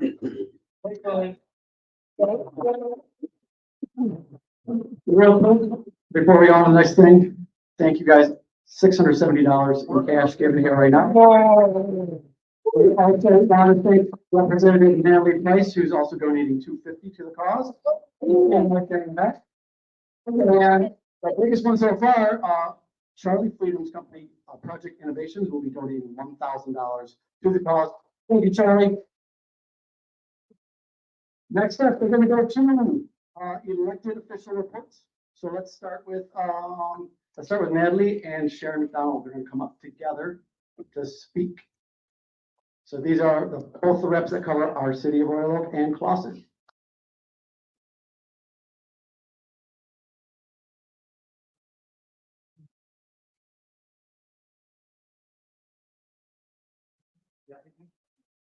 Okay, we're gonna zip through here. Hi, everybody. It's great to see you this morning. I'm Rep. Sharon McDonell of District 56 in Royal Oak. That includes precincts 8, 12, 13, 15. Right now, we are in my district, so it's kind of the northeast quadrant of Royal Oak. I don't know, I have a lot of gossipy stuff here, so I don't know if that's important, but I do want to kind of give you a snapshot of what's happening in Lansing. Is a little scary because we know that they want to deal with the Trump administration. That is our Republican MAGA leadership in Lansing. It's been a strange year. Over these current 3 weeks we're in, 2 weeks ago they canceled 2 session days. Last week they canceled 1 session days. Next week they canceled 3 session days of our 3 session day week, which means out of 9 session days we're only having 3. The reason they canceled next week is so that they can go down to Washington, D.C. and praise Trump and talk to him. We are worried. I am worried about what they're going to be inviting him to do, what they're going to be welcoming him to do. So please remember us in Lansing. There's so much going on. I think a lot of people have said to me, well, at least everything is cool in Lansing. No, it's not. The last thing they did, as a matter of fact, on Thursday when we were in session was they surprised us. I didn't know it was coming. They passed a resolution urging the passage of the SAVE Act. Wow. You all know what that is. And that will disenfranchise millions of American voters, including married women, adoptees, former foster kids who can't easily locate birth records. It would make it so that your driver's license has to match your birth certificate. So who are we trying to disenfranchise? And I'll just skip along. I just want to mention, I wonder how many people came to Troy last week for the protest we had against ICE. It was pretty cool. It was 18 degrees outside, and I expected dozens, but there were hundreds of people, and half of the money that was raised will be like for posters and things will be going to the ACLU to fight against ice. Let's see, there are, I think maybe Natalie can talk about the bills that we have that are trying to thwart what ICE is probably going to want to do if they're welcome to our state by our leadership in Lansing. Not my leadership, but Republican leadership. Skipping on. And as it was mentioned today, we're very nervous about Trump threatening Detroit directly. We are looking into ways we can stop that. That is, of course, illegal and unconstitutional. So far, the governor and the secretary of state have spoken out against it. I would urge you all to make sure that they don't stop at words.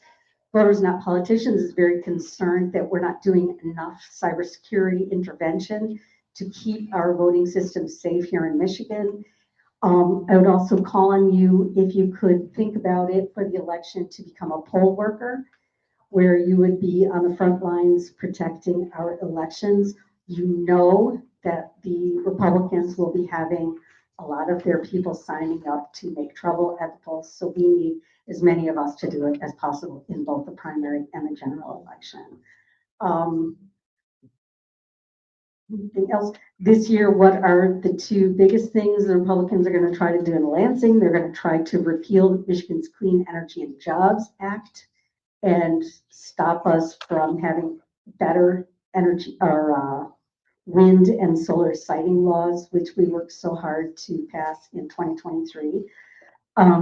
So we have to keep an eye on them there. They probably don't have the votes, but that is what's important to them, to make sure we have more pollution, fewer jobs, and no renewable energy. Such a great lofty aspiration of theirs. Sarcasm. The other thing they're talking about is property taxes, and we all need property tax relief, but they're really talking about little to no property taxes, or this great idea that if you don't have kids in your home, you don't have to pay your property taxes, which sounds like vouchers and education to me. Hopefully they can't do it. We will be fighting against it. And I have legislation I'm working on, but I will let Natalie speak. Price and with everything I left out. Okay. Thank you. I'm Natalie Price. Oh, yeah. Your legislation? We'll see what we have time left. Okay. On it. Natalie Price, State Representative for most of Royal Oak. Happy to be here today. Thank you, Rep. McDonell, for giving you some of that big picture, what's going on in Lansing and what we're trying, fires we're trying to put out, things that we're trying to keep from getting through. That's really important. So I've also been going around to our cities. So 2 Mondays ago, not last Monday, but the Monday before, I went to the Royal Oak City Council to give a really like a 12-minute update on all of those bills that we have in Lansing that could help protect Michigan community members from ICE.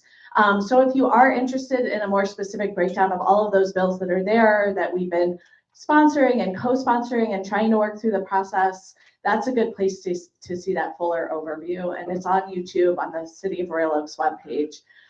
Here's the deal. Like, we know that with Matt Hall being the Speaker of the House, deciding what gets up on the board for a vote, he is very unlikely to put any of those bills up there. And yet, we do see a popular push to prevent ICE even in Republican districts. So it is important that we are reminding them of that we are reminding them that bills like preventing law enforcement from being masked, needing to declare who they are, bills that would keep ICE out of sensitive locations like our courts and our schools and our hospitals, right? Those things are broadly popular even among Republicans.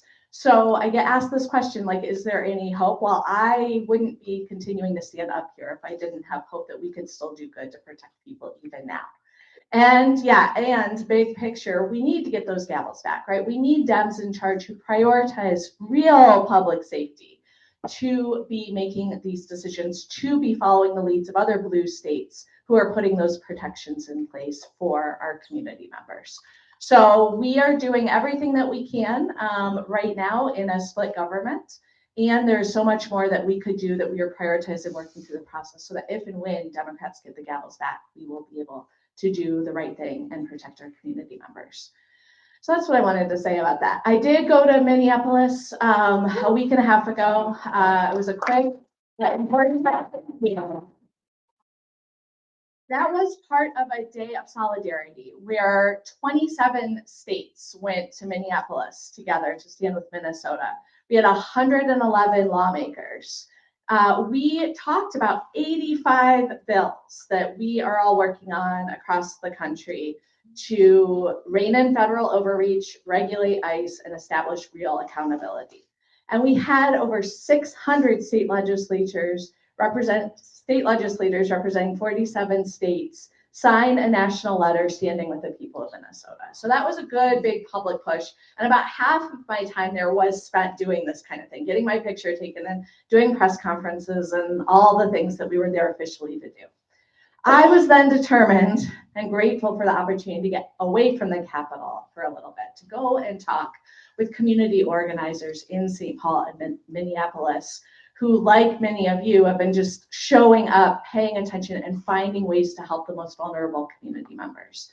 Again, I would love to spend a whole hour telling you about those stories, but I am trying to get them up on my Instagram account. So if you go to Instagram, votenataliepryce.com on Instagram, and I try and share them on the other socials as well, you can hear from those organizers directly.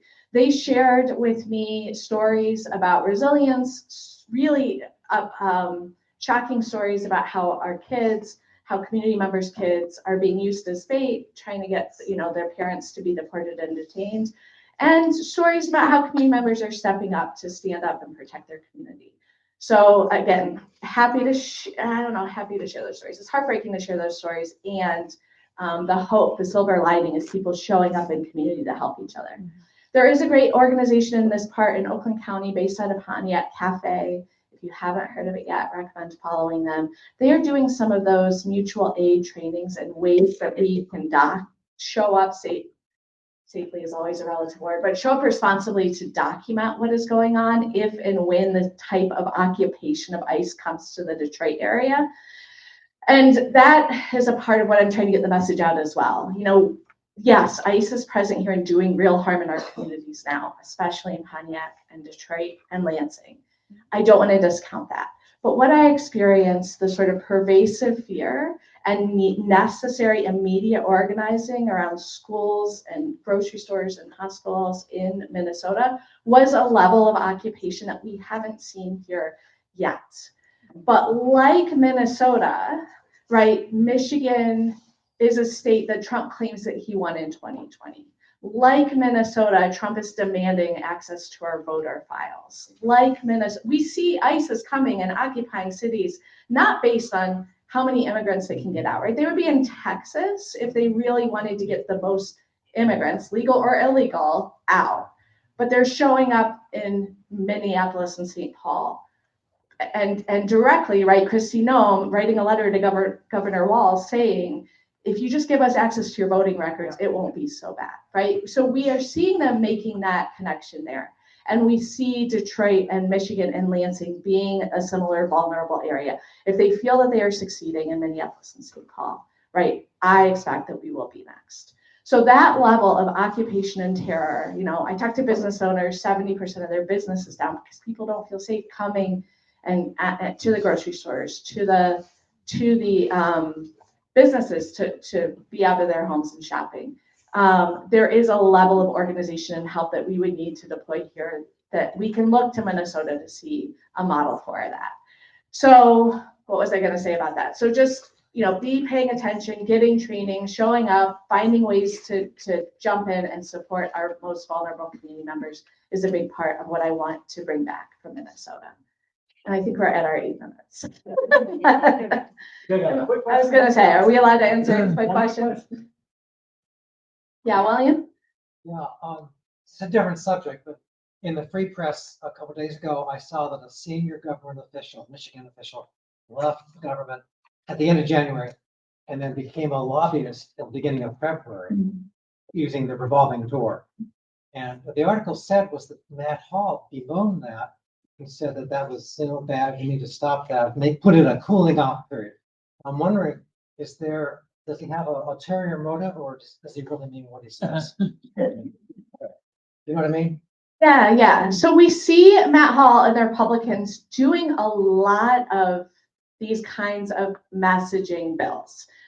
We were forced to vote on some of them this week too, that were, of course, so one of them was saying that the Uyghur community in China, which is forced labor, that Michigan shouldn't have contracts with organizations that use force, indenture servitude, or slavery.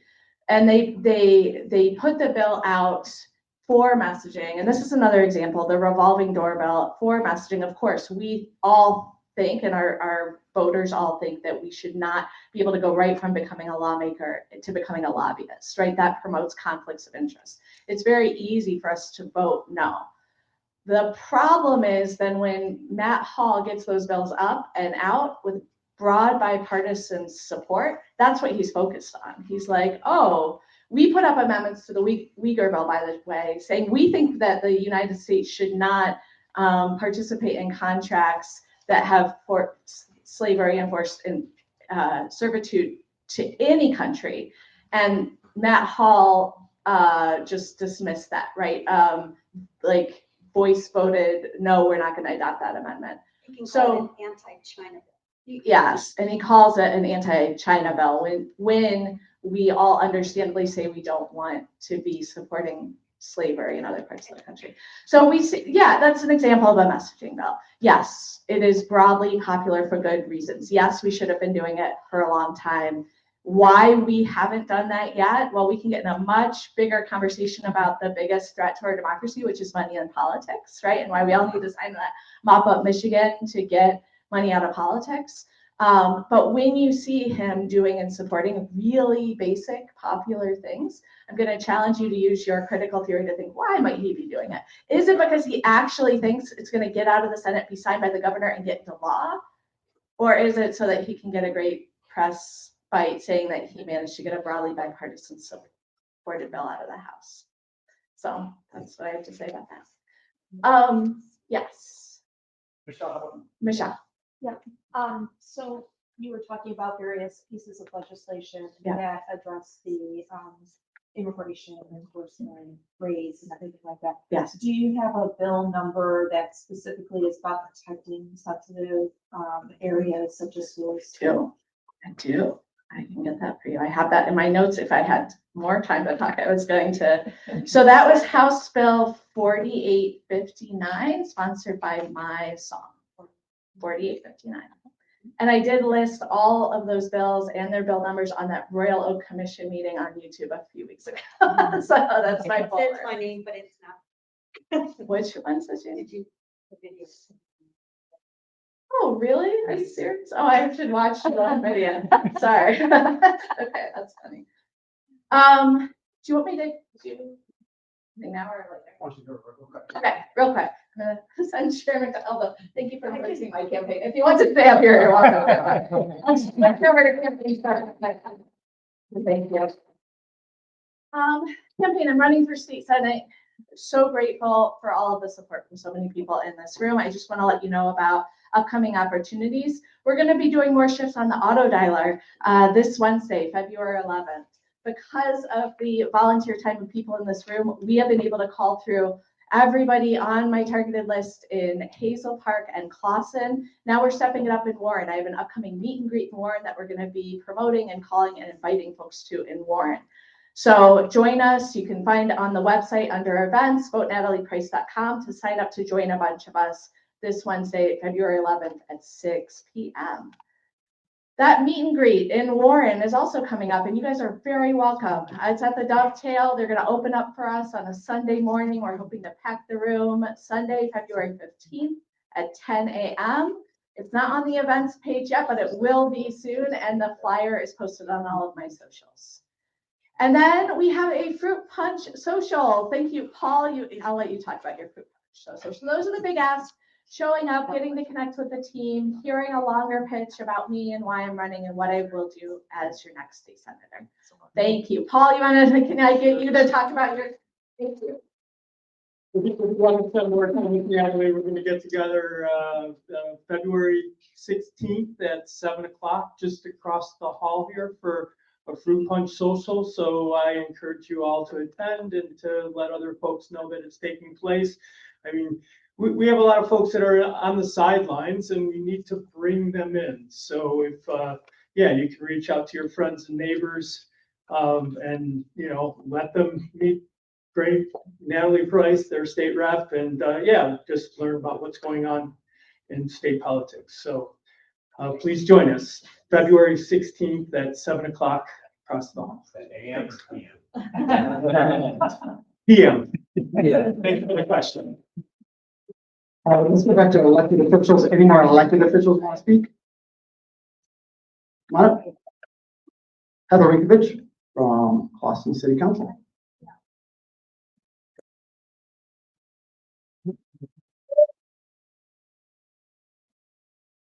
Great.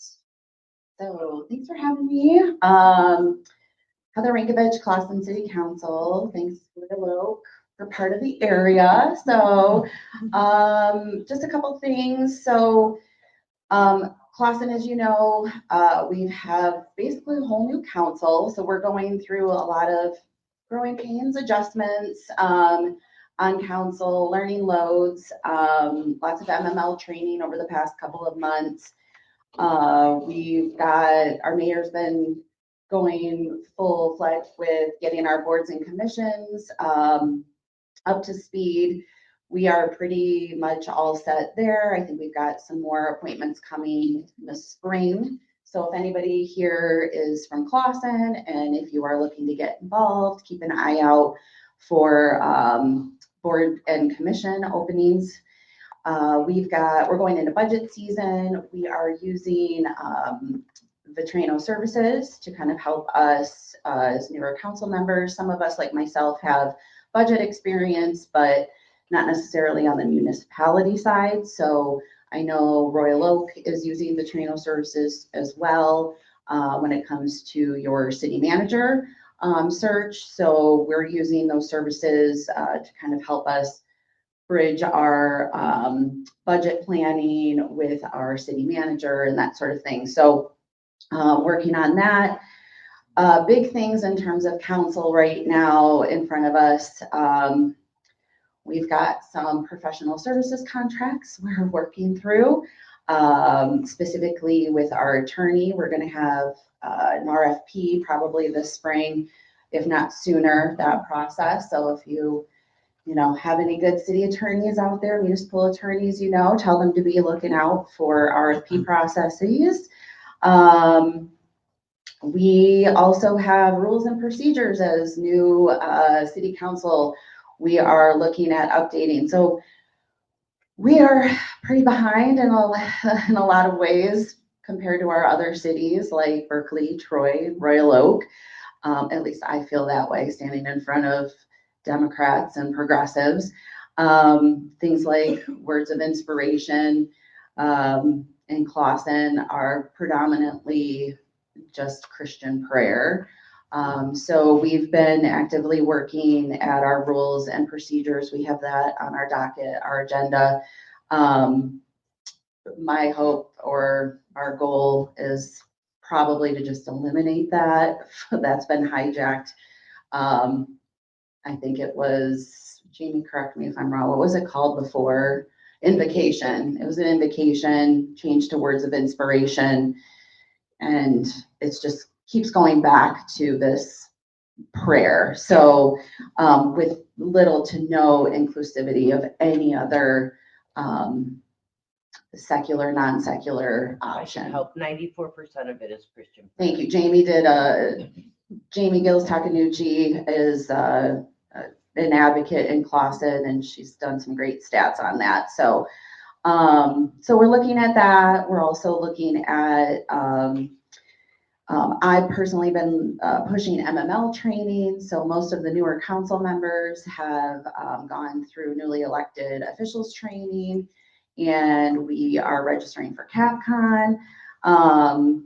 And then I've been working on a community response plan when it comes to ICE for Clawson.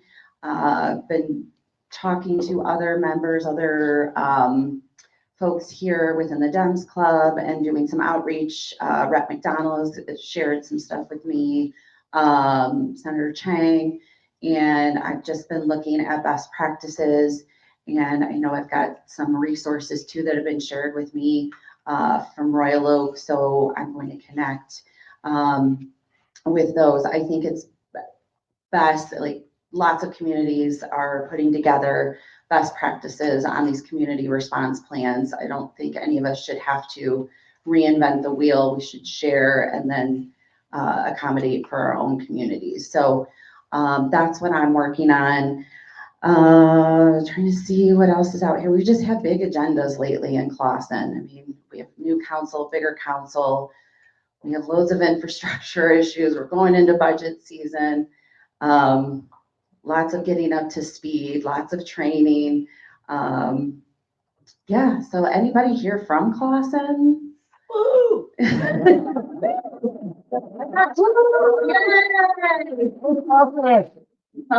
Thank you guys for coming out. Any questions for Clawson?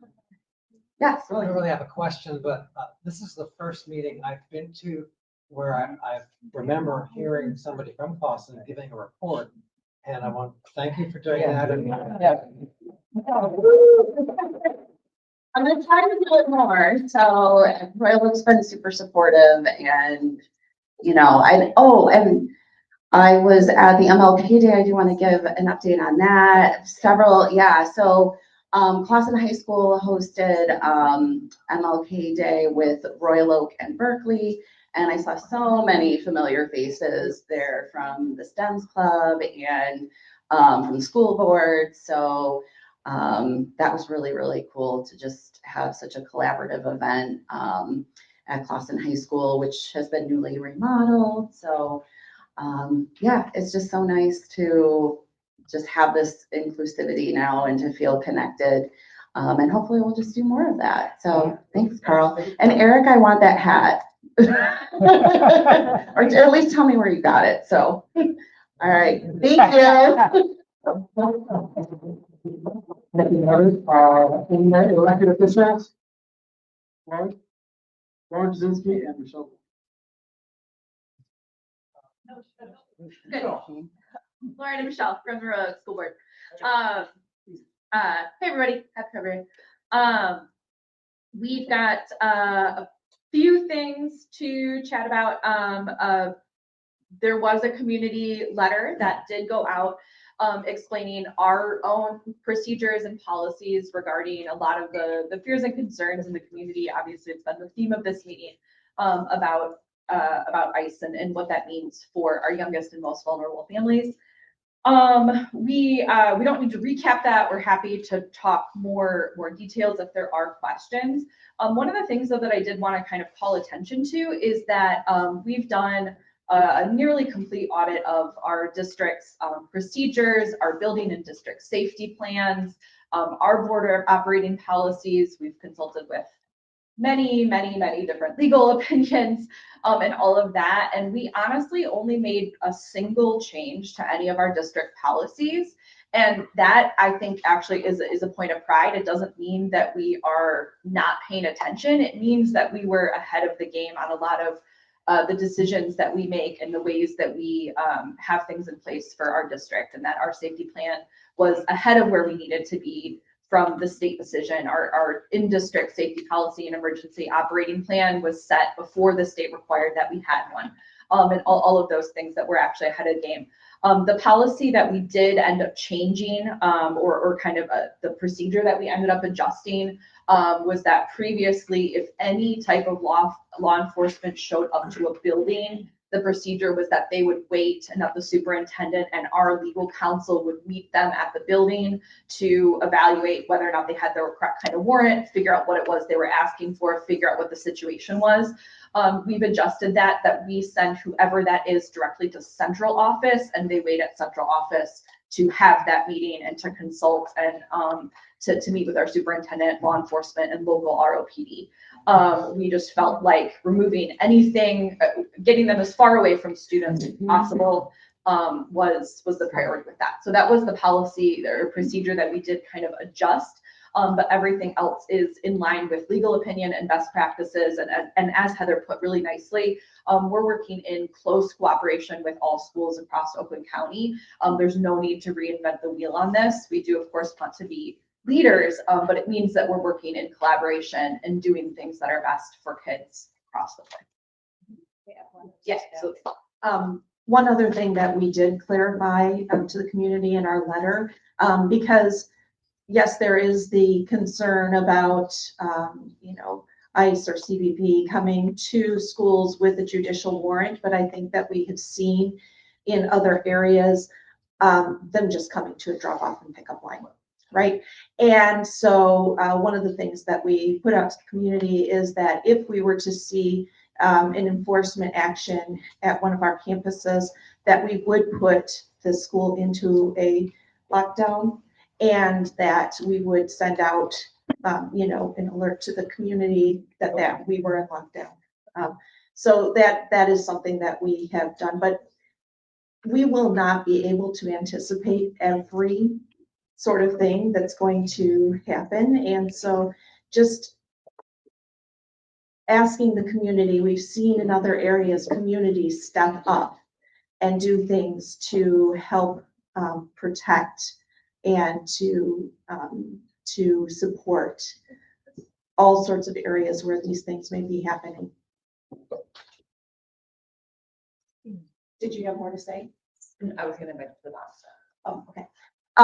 So also, just a clarification, earlier somebody said that they thought that it would be on our agenda to be talking about the Turning Point Club. That is not on our agenda for the coming school board meeting. Of course, there's public comment. People can speak about anything at those comments. But one thing that will be on the agenda is a resolution in support of Not to the school board. not to the there will be a resolution in support of legislation from both our state government and federal government that is being put forward to reinstate these sensitive areas, right? Because I think we know that DHS guidance was rolled back, and that has absolutely been concerning. And so we are seeing now legislation that is being put forward, and we will have a resolution put forward that we will vote on concerning that in support. Last thing, we are pursuing a bond this fall. And we are excited about some improvements that we can make. It is not a raise in taxes. It is a continued millage that exists that would generate a whole lot of money, over $100,000 or over $100 million over the next 4 years, 15. Over the next 15 years for building improvements.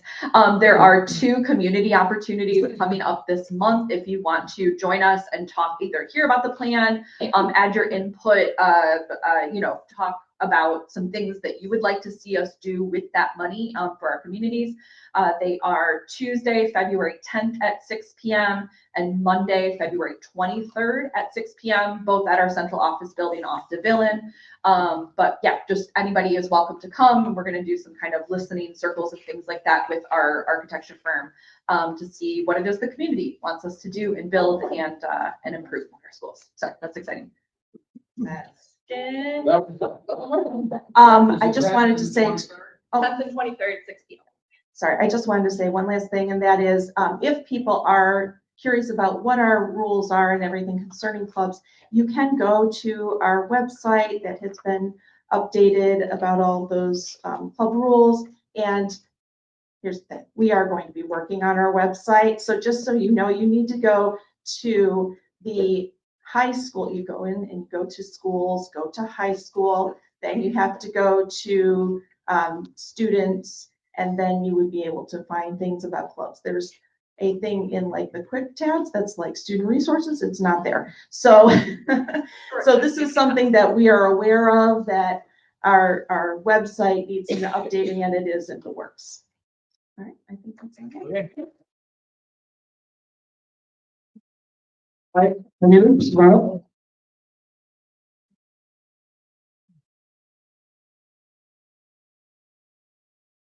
I'm Penny Luebs, Oakland County Commissioner. I decided to go last because I don't have any big, overwhelming news coming from Oakland County. We continue to put one foot forward at a time, providing services and supports to people.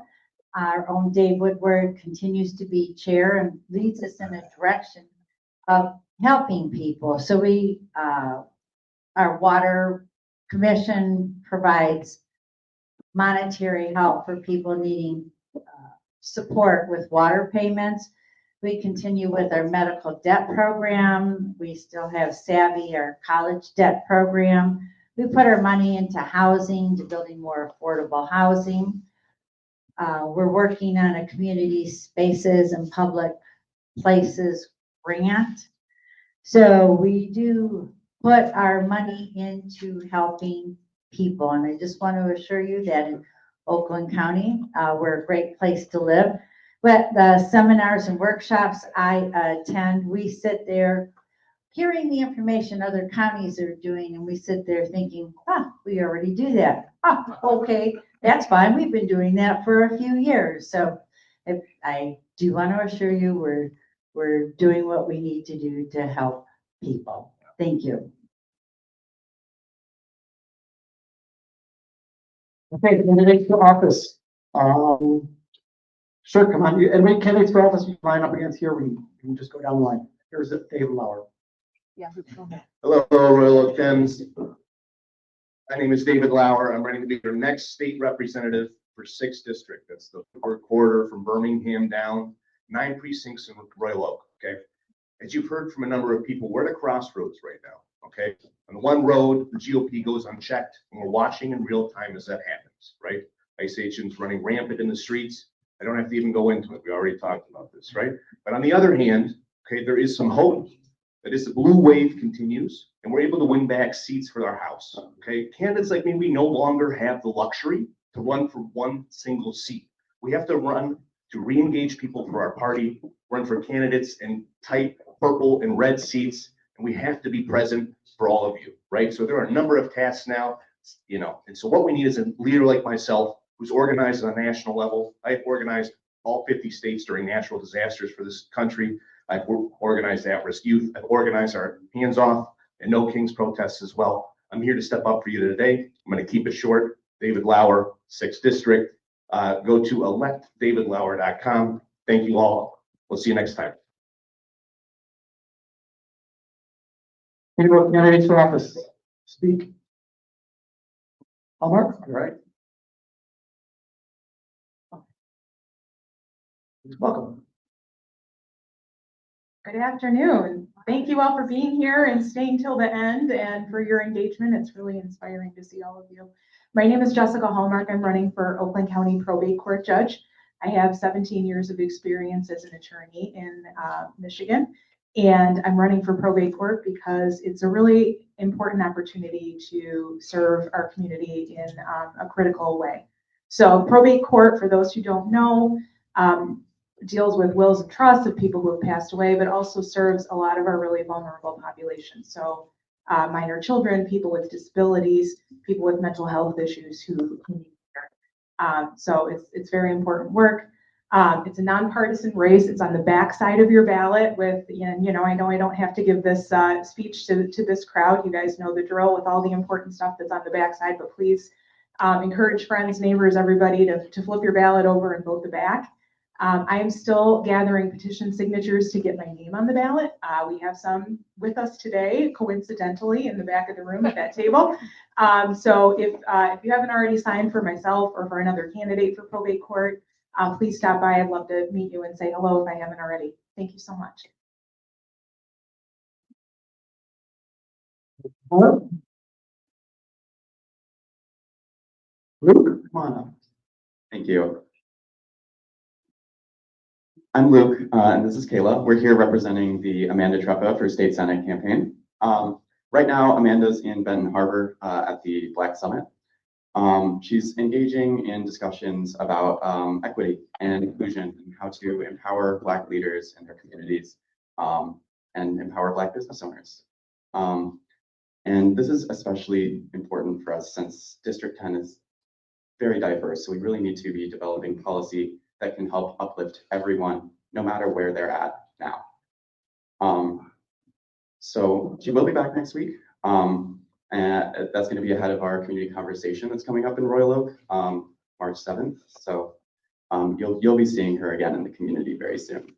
But I want to hand it over to Kalah for a little bit to talk a little bit more about the inclusive coalition that we're working on building our campaign.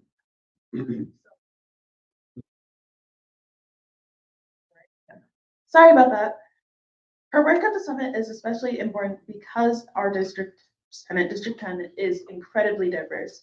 A core part of our campaign is to make sure that everyone feels welcomed and involved with what we're building together. This means engaging young voters, non-voters, people who feel like they've been neglected and forgotten. Part of that means for her engaging young learners and students, which is a priority. Originally we were going to bring the Oakland College Dem with us today. That was actually my alma mater. However, they are taking a much needed mental health break after what I'm sure you all have now heard, but if you didn't, there was a knife attack on campus. So they are taking a break. With that, I hand it back to Luke. Yeah, it's rough. I'm glad that they're able to get that break. We'll try and reconnect with them again, bring them back here. We want to sort of connect them with Royal Oak Rising and build like a youth coalition here, which that would be really cool. And also very excited about that youth summit. We'll definitely be making an appearance there as well. But other than that, I just want to quickly go over our events and stuff that we've got planned for the future. March 7th, I mentioned that Royal Oak Community Conversations. That one is going to be with special guest Senator Mallory McMorrow. It does overlap with the Dem Club. Unfortunately, the only time that would work with Mallory's schedule was on the 7th in the morning. It does start at 11:30 though, so we were able to push it back enough to where you can come to Royal Oak Dem Club and then come by to our event later. And location will be provided upon RSVP, but it will be right here in Royal Oak. We also, if you can't make it to that one, we have one on the 11th in Ferndale with Councilmember Laura Mikulski. And then one other event that I'm very excited about personally is a campaign office opening. I love having an office space. So anyone can come by for that, volunteers, supporters, members of the community, anything. Our first office is opening in Oak Park, and then we're gonna have another office opening later this year. And then if you wanna get involved, a great way to get involved is phone banking. We've been doing this every week since August. On Wednesdays, and it's virtual from home, very easy. Kalah and I can show you how to do it. So yeah, if you're interested, just please come to our website, check us out, fill out our forms, whatever. You can text me. I can give you my phone number, 248-296-9220. Thank you guys so much for your time today.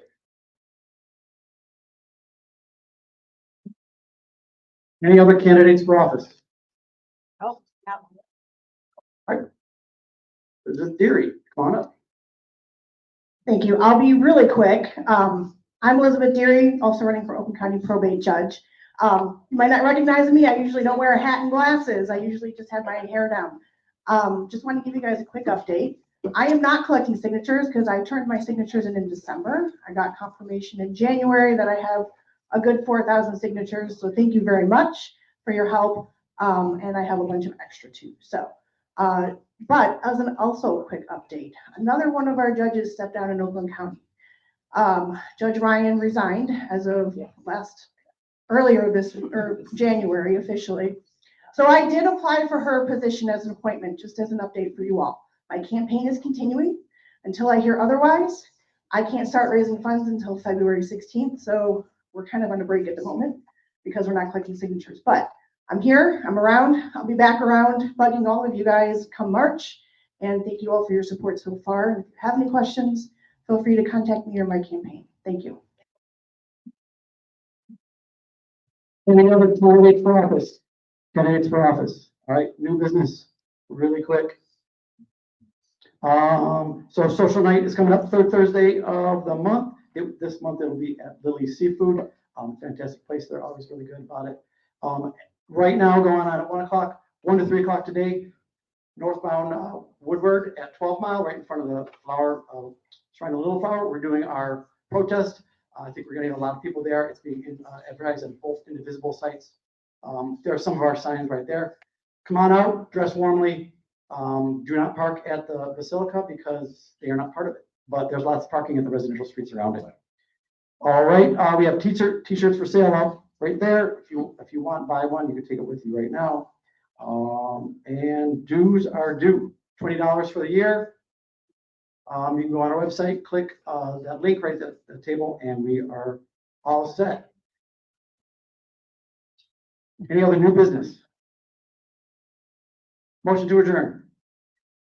Mike, so moved. All right, thank you guys.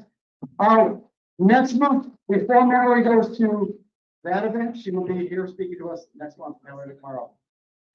Thanks, guys. Maybe